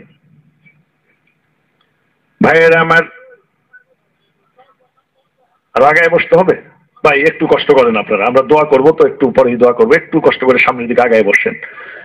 অনেক ভাইরা হয়তো সামিয়ানার বাহিরে পড়ে গেছে, কুয়াশা পড়তেছে, ঠান্ডা পড়তেছে, একটু কষ্ট করে সামনে আগায় আসেন। অনেক সময় তো রইলেন, আর একটু সময় কষ্ট করেন। ডেলি ডেলি তো আর আপনাদেরকে আমরা কষ্ট দেবো না, ডেলি ডেলি ইচ্ছা করলে আমরা আসতে পারবো না, আপনারাও আসতে পারবেন। আজকে যেহেতু আসছি আর একটু সময় নেই, আপনাদের খুব অসুবিধা লাগতেছে না তো? আচ্ছা, একটু আগায় বসেন, একটু কষ্ট করে বসেন, মা বোনেরাও বসেন, পায়ের সমস্যা না থাকলে নামাজের কায়দায় বসলে ভালো হয়। যদি পায়ের সমস্যা না থাকলে একটু নামাজের কায়দায় বসেন, কারণ দোয়া করা, তওবা করা, আল্লাহ রাসূলের কাজ আমল করার সময় নামাজের কায়দায় বসাটা হলো একটা আদব। তবে যদি পায়ের সমস্যা থাকে, এক সময় একভাবে অনেকক্ষণ বসে থাকা যায় না, আমিও পাই না, একটু বসার চেষ্টা করেন, তাহলে আমাদের আরো আমরা আল্লাহ রাসূলের নিয়ামত লাভ করতে পারবো। আমার বিশ্বাস এখানে যারা আপনারা আসছেন অবশ্যই আল্লাহর খাস দয়া আছে, আল্লাহর ওলিদের প্রতি মহব্বত আছে, বিদায়ী আপনারা আসছেন। কাজেই যেটা বলতেছিলাম যে এলেমটা হলো দুই রকম, একটা হলো জাহিরি বিদ্যা আর একটা হলো রুহানি বিদ্যা, যেটাকে বাতিনি বিদ্যা বলা হয়। এই জাহিরি বিদ্যাটা স্কুল কলেজ মাদ্রাসা পাশ করে অর্জন করা যায়, আর বাতিনি বিদ্যাটা এটা থাকে আল্লাহর ওলিদের সিনার ভিতরে, আল্লাহর ওলিদের কাছ থেকে এটা শিখতে হয়। এর মধ্যে প্রথম হলো জিকির। কোন জিকির? যে জবানে যে আমরা আল্লাহ আল্লাহ করি, লা ইলাহা ইল্লাল্লাহ পড়ি, এই জিকিরটা আগে প্রথমে দিলের ভিতরে থাকতে হবে। যদি মুখে থাকে, দিলে থাকে, এই অবস্থায় এটা হলো প্রথম ঈমান। দিলের ভিতরে যতক্ষণ জিকির জারি না হয় ওই ব্যক্তি প্রকৃত ঈমানদার হয় না। এই জন্য কোরআনে জায়গায় জায়গায় বলা হয়েছে, ইয়া আইয়ুহাল্লাযিনা আমানু আমিনু, হে ঈমানদাররা তোমরা ঈমান আনো। আবার বলা হয়েছে, ইয়া আইয়ুহাল্লাযিনা আমানু দুখুলু ফিস সিলমি কাফা, হে ঈমানদাররা তোমরা ইসলাম ধর্মের মধ্যে পুরোপুরি ভাবে প্রবেশ করো। তাহলে এইগুলো হলো তাগিদ করা হয়েছে। কেন? কারণ যতক্ষণ পর্যন্ত দিলের ভিতরে আল্লাহর জিকিরটা জারি না হয় ততক্ষণ পর্যন্ত একটা মানুষ মোমেন হয় না, ঈমানদার হয় না, ইসলাম ধর্মে পুরোপুরি ভাবে ঢুকতে পারে না। মুখের জবানে আল্লাহর জিকির এবং দিলের ভিতরে জিকির, এই জিকিরটা 10 বছর বয়স থেকে শুরু করে সমস্ত বয়সের সবার জন্য, বাপের জন্য দরকার, ছেলের জন্য দরকার, স্বামীর জন্য দরকার, স্ত্রীর জন্য দরকার, মেয়ের জন্য দরকার, মায়ের জন্য দরকার। কারণ আমরা সবাই তো ঈমানদার মুসলমান হতে চাই, কি বলেন, চাই না? আগে হলো পরিচয় হলো আমরা মুসলমান, তারপরে কেউ যিনি আমাকে জন্ম দিয়েছেন তাকে আমি পিতা বলে ডাকি, কিন্তু পিতার সাথে আমার সম্পর্কটা কয়দিন? এই দুনিয়ায় যতদিন থাকি ততদিন। আর একটা সম্পর্ক আমার পিতার সাথে হবে যদি আমার পিতাও ঈমানদার হয়, আমিও ঈমানদার হই, হাসরের ময়দানে আমার পিতা আমাকে চিনবে, আমি আমার পিতাকে চিনব। আর যদি ঈমান হারা হয়ে যায়, আমার বাবা ঈমান নিয়ে কবরে গেল, ছেলে নিল না, হাসরের ময়দানে বাবা কি বলবে জানেন? বাবা বলবে যে আমার কোনো ছেলেই নাই। মায়ের কাছে যাবে, মা বলবে আমার কোনো সন্তানই নাই। স্বামীর কাছে যাবে, স্বামী বলবে আমার স্ত্রী নাই। স্ত্রীর কাছে যাবে, স্ত্রী বলবে আমার কোনো স্বামী নাই। দেখছেন? তাহলে প্রথম পরিচয় হলো ঈমানদারের যে তার দিলের ভিতরে ঈমান থাকতে হবে। তাহলে এই দুনিয়ায় মা বাবার সম্পর্ক থাকবে, স্বামী স্ত্রীর সম্পর্ক থাকবে, মৃত্যুর পরে হাসরের ময়দানেও তারা একে অপরকে চিনবে। আর যদি একজনের ভিতরে জিকির আছে আরেকজনের মধ্যে নাই, তাহলে একজন আরেকজনের পরিচয় দিতে চাইবে না। এইগুলো বাস্তবসম্মত কথা, গল্প কথা না। আল্লাহর ওলিগণ কাউকে গল্প শোনায় না, শোনায় বাস্তব কিছু কথা। তাই বাপ এবং ছেলে দুইজনের মধ্যে যদি জিকির না থাকে, তাহলে হাসরের ময়দানে একজন আরেকজনের পরিচয় দিতে চাইবে না। স্বামী এবং স্ত্রী দুইজনের মধ্যে যদি আল্লাহর জিকির না থাকে, তাহলে স্বামী স্ত্রীকে পরিচয় দিবে না, স্ত্রী স্বামীকে পরিচয় দিবে না, ভাই ভাইকে পরিচয় দিবে না, বন্ধু বন্ধুর পরিচয় দিবে না। তাহলে কি করতে হবে? এটা হলো কমন সমস্ত স্তরের নর এবং নারী সকলের জন্য, যে দিলের ভিতরে জিকির জারি করাইতে হবে। এটা হলো প্রথম। তারপরে কি? নামাজ। দিলের ভিতরে যদি জিকিরটা আপনি জারি করাইতে না পারেন, নামাজ পড়বেন, নামাজটা সহি হবে না। কেন? নামাজের মধ্যে দাঁড়ায় খালি ছেলে মেয়ে, বউ পোলাপান, ব্যবসা বাণিজ্য, চাকরি বাকরি, গরু বাছুর, দুনিয়ার চিন্তা, অফিস আদালত, ব্যবসা বাণিজ্য চিন্তা করতে থাকবেন। নামাজ পড়বেন, মুখে বলবেন আল্লাহ আর দিলের ভিতরে বলবেন গায়রুল্লাহ। মুখে বলতেছেন আল্লাহ আল্লাহ করতেছেন, কোরআন তেলাওয়াত করতেছেন, আল্লাহর জিকির করতেছেন, আর দিলে দিলে খালি বাড়ি ঘরের চিন্তা করতেছেন। তাহলে আল্লাহ তো দেখে, আল্লাহ দেখে না যে আপনি নামাজে দাঁড়াইয়া মুখে একটা বলতেছেন আর দিলে দিলে আরেকটা বলতেছেন? এটা আমি নয় না শুনি, আমি দেখি না, আমার সেই যোগ্যতা নাই। কিন্তু আপনার আল্লাহ কি দেখতেছে না? আমার মুর্শিদের দরবারে আমি দেখছি, ইমাম সাহেব নামাজ পড়াইতেছেন, নামাজতে বাইরেছেন পর আমার মুর্শিদের কাছে গেলেন, আমার মুর্শিদ বলতেছেন আপনার পান খাওয়ার অভ্যাস আছে, এটা নামাজে দাঁড়ায় কি চিন্তা করতে হবে? পান যে খান আপনি এটা তো সবাই জানে, আপনিও খান, তো নামাজের মধ্যে দাঁড়ায় এত পানের নেশা উঠে কেন? তাহলে এই লোকটা ইমামতি করছে, নামাজ পড়ে আমার মুর্শিদের কাছে গেছে, আমার মুর্শিদ তাকে বলে দিচ্ছেন, আঙ্গুল দিয়ে দেখাই দিচ্ছেন যে আপনার মধ্যে এই ভুলটা আছে, নামাজের মধ্যে দাঁড়ায় আপনার পান খাওয়ার কথা মনে পড়ছে। এটা আমার মুর্শিদ কেমন করে জানলেন? এইরকম বহু পাগলও আছে আমার মসজিদের দরবারে। তারা দেখা যায় যে একটা লোক, আমি এইগুলি বলবো না, এইগুলি বলতে গেলে অনেকে ভুল বুঝবেন, শেষে বিপদে পড়বো। কারণ অনেক লোক আছে, আপনার মধ্যে এই গুণটা থাকতে পারে। আপনি যখন একটা লোককে দেখলেন, সে মনে মনে কি চিন্তা করতেছে, আপনার রাডার এটা ধরা পড়ে যাবে। এইগুলো হলো রুহানি বিদ্যা। এই জাহেরা বিদ্যার সাথে যদি মিলাইতে যান তাহলে মিলবে না।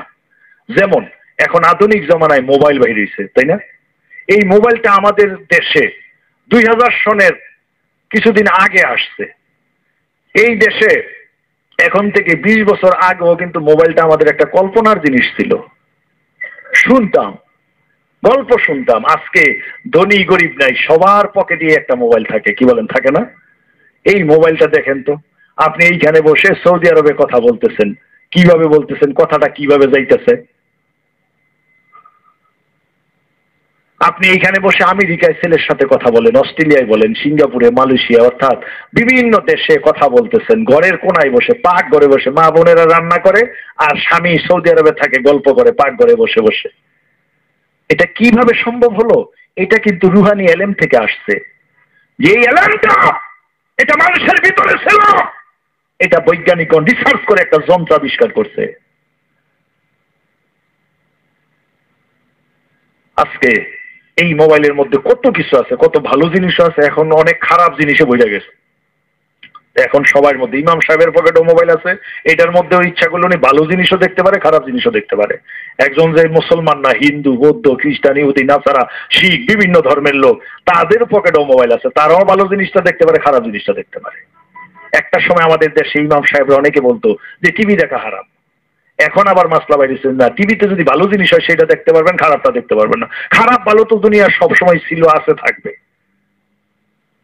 তাহলে আপনার ঘরে কয়েক বছর আগেও বিটিভি ছিল, শুধু একটা এন্টিনা দিয়ে, গ্রামের মধ্যে হয়তো 2-1টা বাড়িতে ছিল। পাড়া সব লোক আইসা তার বাড়িতে সন্ধ্যার পরে দেখতাম, আমরা তখন ছাত্র, সন্ধ্যার পরে 8টার সময় খবর হইতো। ওই পাড়ার যারা খবর শোনার নেশা আছে তারা দৌড়াইয়া ওই বাড়িতে যাইতো, যে টিভিতে 8টার সময় খবর হবে, বাংলা সংবাদ হবে। পুরা গ্রামের মধ্যে টিভি ছিল না, 2-1টা টিভি ছিল। আর এখন প্রত্যেকটা ঘরে ঘরে টিভি, কি বলেন, ঠিক না? একটা চ্যানেল, চ্যানেল কতটি? শত শত চ্যানেল। এখন কি লাগাইলে চ্যানেলটা আসবে কিভাবে? বিটিভিতে আসবে? ওই ছোট্ট একটা এন্টিনা যদি ঝুলাই রাখেন সিলভারের দিয়ে, এটা কি আসবে? আসবে না। এটা কি লাগাইতে হবে? ডিশের কানেকশন লাগাইতে হবে। তা আপনারা মরা মানুষের মতো থাকেন কেন? যারা বলেন পীর ধরা শিরক বেদাত, এটা সেটা, রাসূল মরে গেছে, এটা সেটা, মিলাদ পড়া যাবে না, একটু ডিশের কানেকশন লাগাই দেখেন না। একটা বিটিভি লয়ে পড়ে রয়েছেন কেন? একটু ডিশের কানেকশন লাগাই দেখেন। শুধু বাংলাদেশের খবর না, এইখানে ডিশ লাগাইলে সারা পৃথিবীর খবর দেখতে পারবেন। শুধু তাই না, বিজ্ঞানের কত অবিস্মরণীয় আবিষ্কার একটু চিন্তা করে দেখেন। হজ করতেছে মক্কা শরীফে, কাবা শরীফের চতুর্দিকে মানুষ ঘুরতেছে, আপনি ঘরে বসে লাইভ অনুষ্ঠান, অর্থাৎ সরাসরি দেখতেছেন। দেখতেছেন না? দেখা যায় কি না? কেটা দেখাইতেছে? এটা কোন ইমাম সাহেব করছে? এটা তৈরি করছে কোন মুফতি সাহেব তৈরি করছে? খ্রিস্টানরা তৈরি করছে। আমরা লজ্জাও নাই আমাদের। এটা আমরা বৈশা দেখতেছি যে মক্কা শরীফের মধ্যে কাবা শরীফের চতুর্দিকটা মানুষ ঘুরতেছে। একটা মুবাশশারা নামে একটা চ্যানেল বাইর করছে আরব দেশ থেকে। এটার মধ্যে 24 ঘন্টা কোরআন তেলাওয়াত হতে থাকে এবং 5 ওয়াক্ত নামাজ সরাসরি আপনি বাংলাদেশে বসে দেখতেছেন যে 5 ওয়াক্ত নামাজ হইতেছে। একটু দেখেন তাহলে এটা কি জিনিস? এটা হলো রুহানি জিনিস। এটা বিশ্বাস করার মতো না যে সৌদি আরবে কাবা শরীফ মানুষ জিয়ারত করতেছে, আপনি বাংলাদেশের মধ্যে একটা গ্রামে গঞ্জে বসে আপনি দেখতেছেন। কেন? কিসের দ্বারা এটা সম্ভব হয়েছে? একটা তারের কানেকশন লাগাইছেন। তারটা কি? ডিশের লাইন। এরা কিভাবে সম্ভব হয়েছে? জায়গায় জায়গায় কতগুলো নেট বসাই দিছে, এটাকে বলে নেটওয়ার্ক। ফ্রিকোয়েন্সির মাধ্যমে, বাতাসের মাধ্যমে সেই মক্কার সিনারি আপনি ঘরে বসে সাথে সাথে দেখতেছেন। তা আল্লাহর ওলিগণ এই মোবাইল যখন ছিল না, এই ইন্টারনেট যখন ছিল না, ডিশ যখন ছিল না, তখন আল্লাহর ওলিগণ ঘরে বসে পৃথিবীর অপর প্রান্তে দেখতে পেতেন। তাদের এই দেহটাই মোবাইল, দেহটাই ডিশ। এই জন্য অলি আল্লাহদের জীবনী পড়লে দেখা যায়, তার একজন আব্দুল কাদের জিলানী বলছেন, আমার ভক্ত যদি থাকে পৃথিবীর এক প্রান্তে, আমি যদি থাকি আরেক প্রান্তে, কোনো আমার একজন ভক্তের যদি ফরজ তর করে, অর্থাৎ হাঁটুর উপরে যদি কাপড় উঠায়, যে আমি নিজের হাতে সেটা নামাইয়া দেই। এটা কিভাবে সম্ভব হয়? কোন চোখে তারা দেখেন? কিভাবে সম্ভব হয়? এটা হলো রুহানি এলেম। এই জন্য বলছিলাম যে জাহেরা এলেমের সাথে রুহানি এলেমের মিল করতে হলে অনেক সাধনা করতে হবে, শুধু মাদ্রাসায় পড়ে এটা বোঝা যাবে না, কিছু বই পুস্তক পড়লে এটা বোঝা যাবে না, এটার জন্য সাধনার দরকার। ফরিদপুরে আমাদের একজন জাকের মহিলা, জাকের বোন, তিনি চুলার মধ্যে মুড়ি বাজতেছেন। গ্রামের মধ্যে মহিলারা মুড়ি বাজে না? চুলা থেকে যখন পাতিল উঠাইলেন, ওই জাকের বোন লক্ষ্য করে দেখেন যে তার একটা ছোট্ট বাচ্চা হাঁপুড় দিয়ে এসে ওই চুলার মধ্যে পড়ে গেছে। মা যখন দেখলেন যে নিজের সন্তান জ্বলন্ত চুলায় পড়ে গেছে, ওই মায়ের কি হুঁশ থাকে? দুনিয়ার জমিনে সব চাইতে বেশি মহব্বত করেন মা তার সন্তানকে, কলিজার টুকরা সন্তান। মা যখন এটা দেখলেন, মার আর হুঁশ নাই, চিৎকার দিয়ে সন্তানকে ধরতে যাইয়া নিজে অজ্ঞান হয়ে পড়ে গেলেন, বেহুশ হয়ে গেলেন। উপস্থিত আরো যারা ছিল মহিলারা, তারা এটা লক্ষ্য করে নাই। তারা ওই মহিলাকে নিয়ে তার সেবা যত্ন করতেছে, তার মাথায় পানি দেয়, তেল দেয়, হাত পায়ে তেল দেয়। যখন সে হুঁশ ফিরে আসছে, মা তো চিৎকার দিয়ে উঠে দৌড়ে চুলার কাছে গেলেন।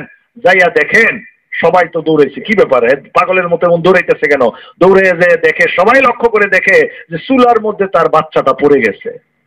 ওই মহিলা লক্ষ্য করে দেখেন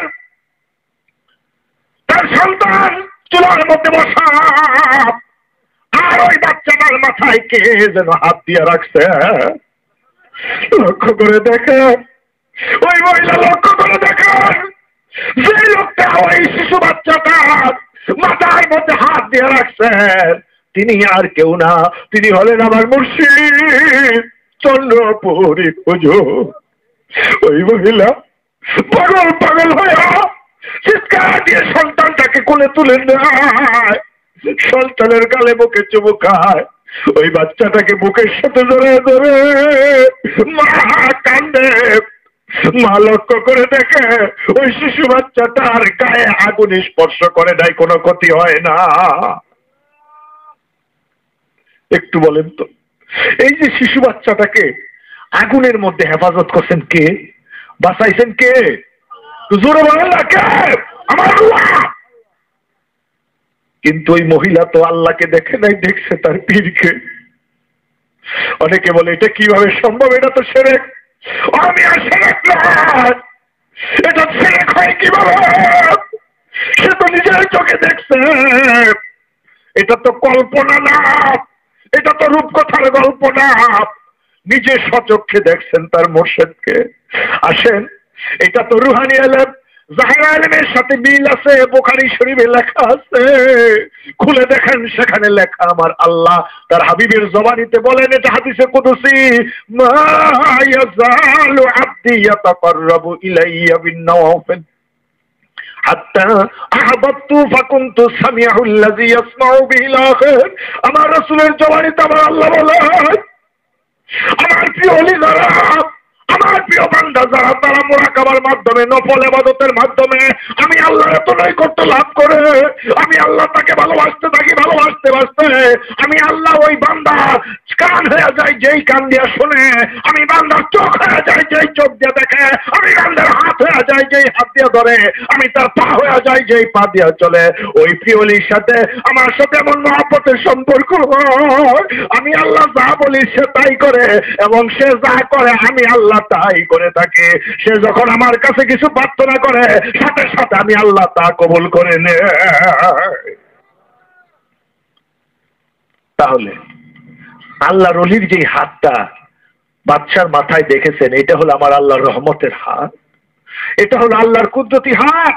আল্লাহর ওলির সাথে আল্লাহর সাথে এই সম্পর্ক হয়। পীর আল্লাহ হয় না, পীর কি হয় না? আল্লাহ হয় না, আল্লাহ বন্ধু হয়। আল্লাহর সাথে, আল্লাহর ওলিদের সাথে এইরকম সম্পর্ক না থাকলে তিনি আল্লাহর ওলি হন না, ভণ্ড হন, নাকাস পীর হন। কিন্তু যদি আল্লাহর সাথে সম্পর্ক হয় তাহলে আল্লাহর ওলি হন। ভাইয়ের আমার, পর্দালের মা বোনের আমার, তাই আমি আপনাদের খেদমত আরজ করব, এটা হলো রুহানি এলেম। এই এলেমটা আল্লাহর ওলিদের মধ্যে থাকে। যারা আল্লাহর ওলিদের কাছে তরিকা গ্রহণ করে, তাদের দিলে জিকির হয়। তারা যখন নামাজের মধ্যে দাঁড়ায়, আজে বাজে চিন্তা থেকে আস্তে আস্তে বাঁচতে পারে। এটা সাধনা, হঠাৎ করে হবে না, আমল করতে হবে।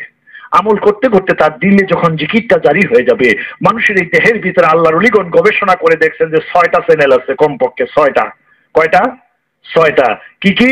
কাল, রুহু, শের, খফি, আকফা, নফস। এই 6টা লতিফা যখন একটা মানুষের আল্লাহ নামের জিকির জারি হয়ে যায়, তখন তার সমস্ত শরীরের প্রতিটি লোম কূপে কূপে আল্লাহর জিকির হইতে থাকে। 6টা চ্যানেল যখন জারি হয়ে যায়, সমস্ত লোম কূপে কূপে থেকেই তার চ্যানেল বাইরে হইতে থাকে। একটার ভিতরে হাদিস শরীফে আছে যে মানুষের কলবের মধ্যে 7টা দরজা আছে, একটা থেকে আরেকটা দরজার ভিতরে আবার 70,000 করে পর্দা আছে। প্রত্যেকটা পর্দায় পর্দায় মানুষের আবার এই চ্যানেলগুলো আছে। এই 6টা চ্যানেল মানুষের দিলের ভিতরে, এবং কলবের ভিতরে আবার 7টা পর্দা থাকে ভিতরের মধ্যে। আজকে আর সেদিকে যাব না, আবার যদি আল্লাহ কখনো সময় সুযোগ পায় আবার আলোচনা করব যে মানুষের দিলের ভিতরে 7টা চ্যানেল কি কি নাম সহ, এবং কোরআন সুন্নাহ মোতাবেক এটা বর্ণনা দেওয়া আছে। আল্লাহ রাসূল আবার বলবো। আজকে আপনাদের খেদমতে আমি আরজ করব যে আল্লাহর ওলি চন্দ্রপুরী, আমার মুর্শিদ আল্লাহর ওলি চন্দ্রপুরী। আল্লাহর ওলিকে দেখলে যারা গেছেন অনেকেই, সবাই হয়তো না, আমরা লক্ষ্য করি যে আমার বর্তমান যে পীর কেবলা জানাচ্ছেন, ওনাকে দেখে অনেকের চোখ দিয়ে পানি ঝরতেছে। এটা কেমন মানুষ? দেখেই দাঁড়ায় রয়েছেন দেখার জন্য, আসতেছেন আমার হুজুর, দেখা যায় অনেকেই দাঁড়ায়া কাঁদতেছেন, চোখ দিয়ে পানি ঝরতেছেন। তিনি তো কোনোদিন বলে নাই যে আপনারা আমার দেখে দেখে কান্দেন, বলা লাগে না। আমি কয়েক বছর আগে রাজশাহীতে মাহফিল করতে গিয়েছিলাম, সেখানে একটা লোক, ওই লোকটা জীবনও বলে এক ওয়াক্ত নামাজ পড়ে নাই। আশেপাশের অনেক লম্বা ঘটনা, আশেপাশের লোকজন চন্দ্রপাড়ার কথা বলছে, তাদের সাথে আসছে।